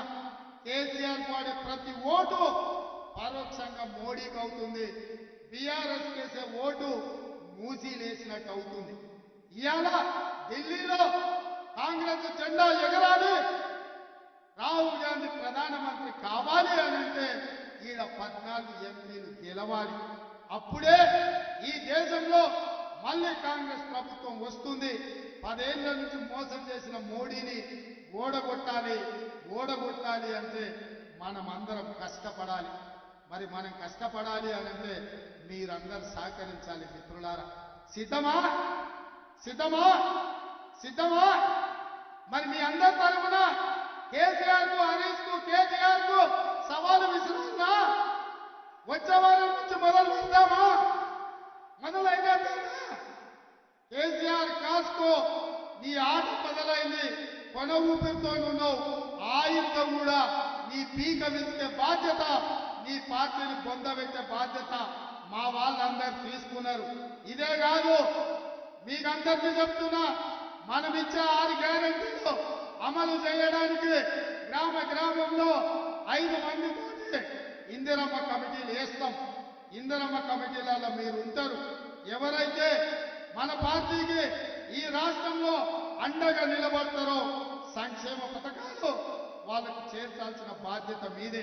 అందుకే ఇంత ఓపిక ఈ రోజు వచ్చి ఇక్కడ కూర్చొని ఈ సభను విజయవంతం చేసిన మీకందరికీ మనస్ఫూర్తిగా ధన్యవాదాలు తెలియజేస్తూ సెలవు తీసుకుంటున్నా. జై కాంగ్రెస్, జై జై కాంగ్రెస్, జై సోనియమ్మ. ధన్యవాదాలు మిత్రులారా.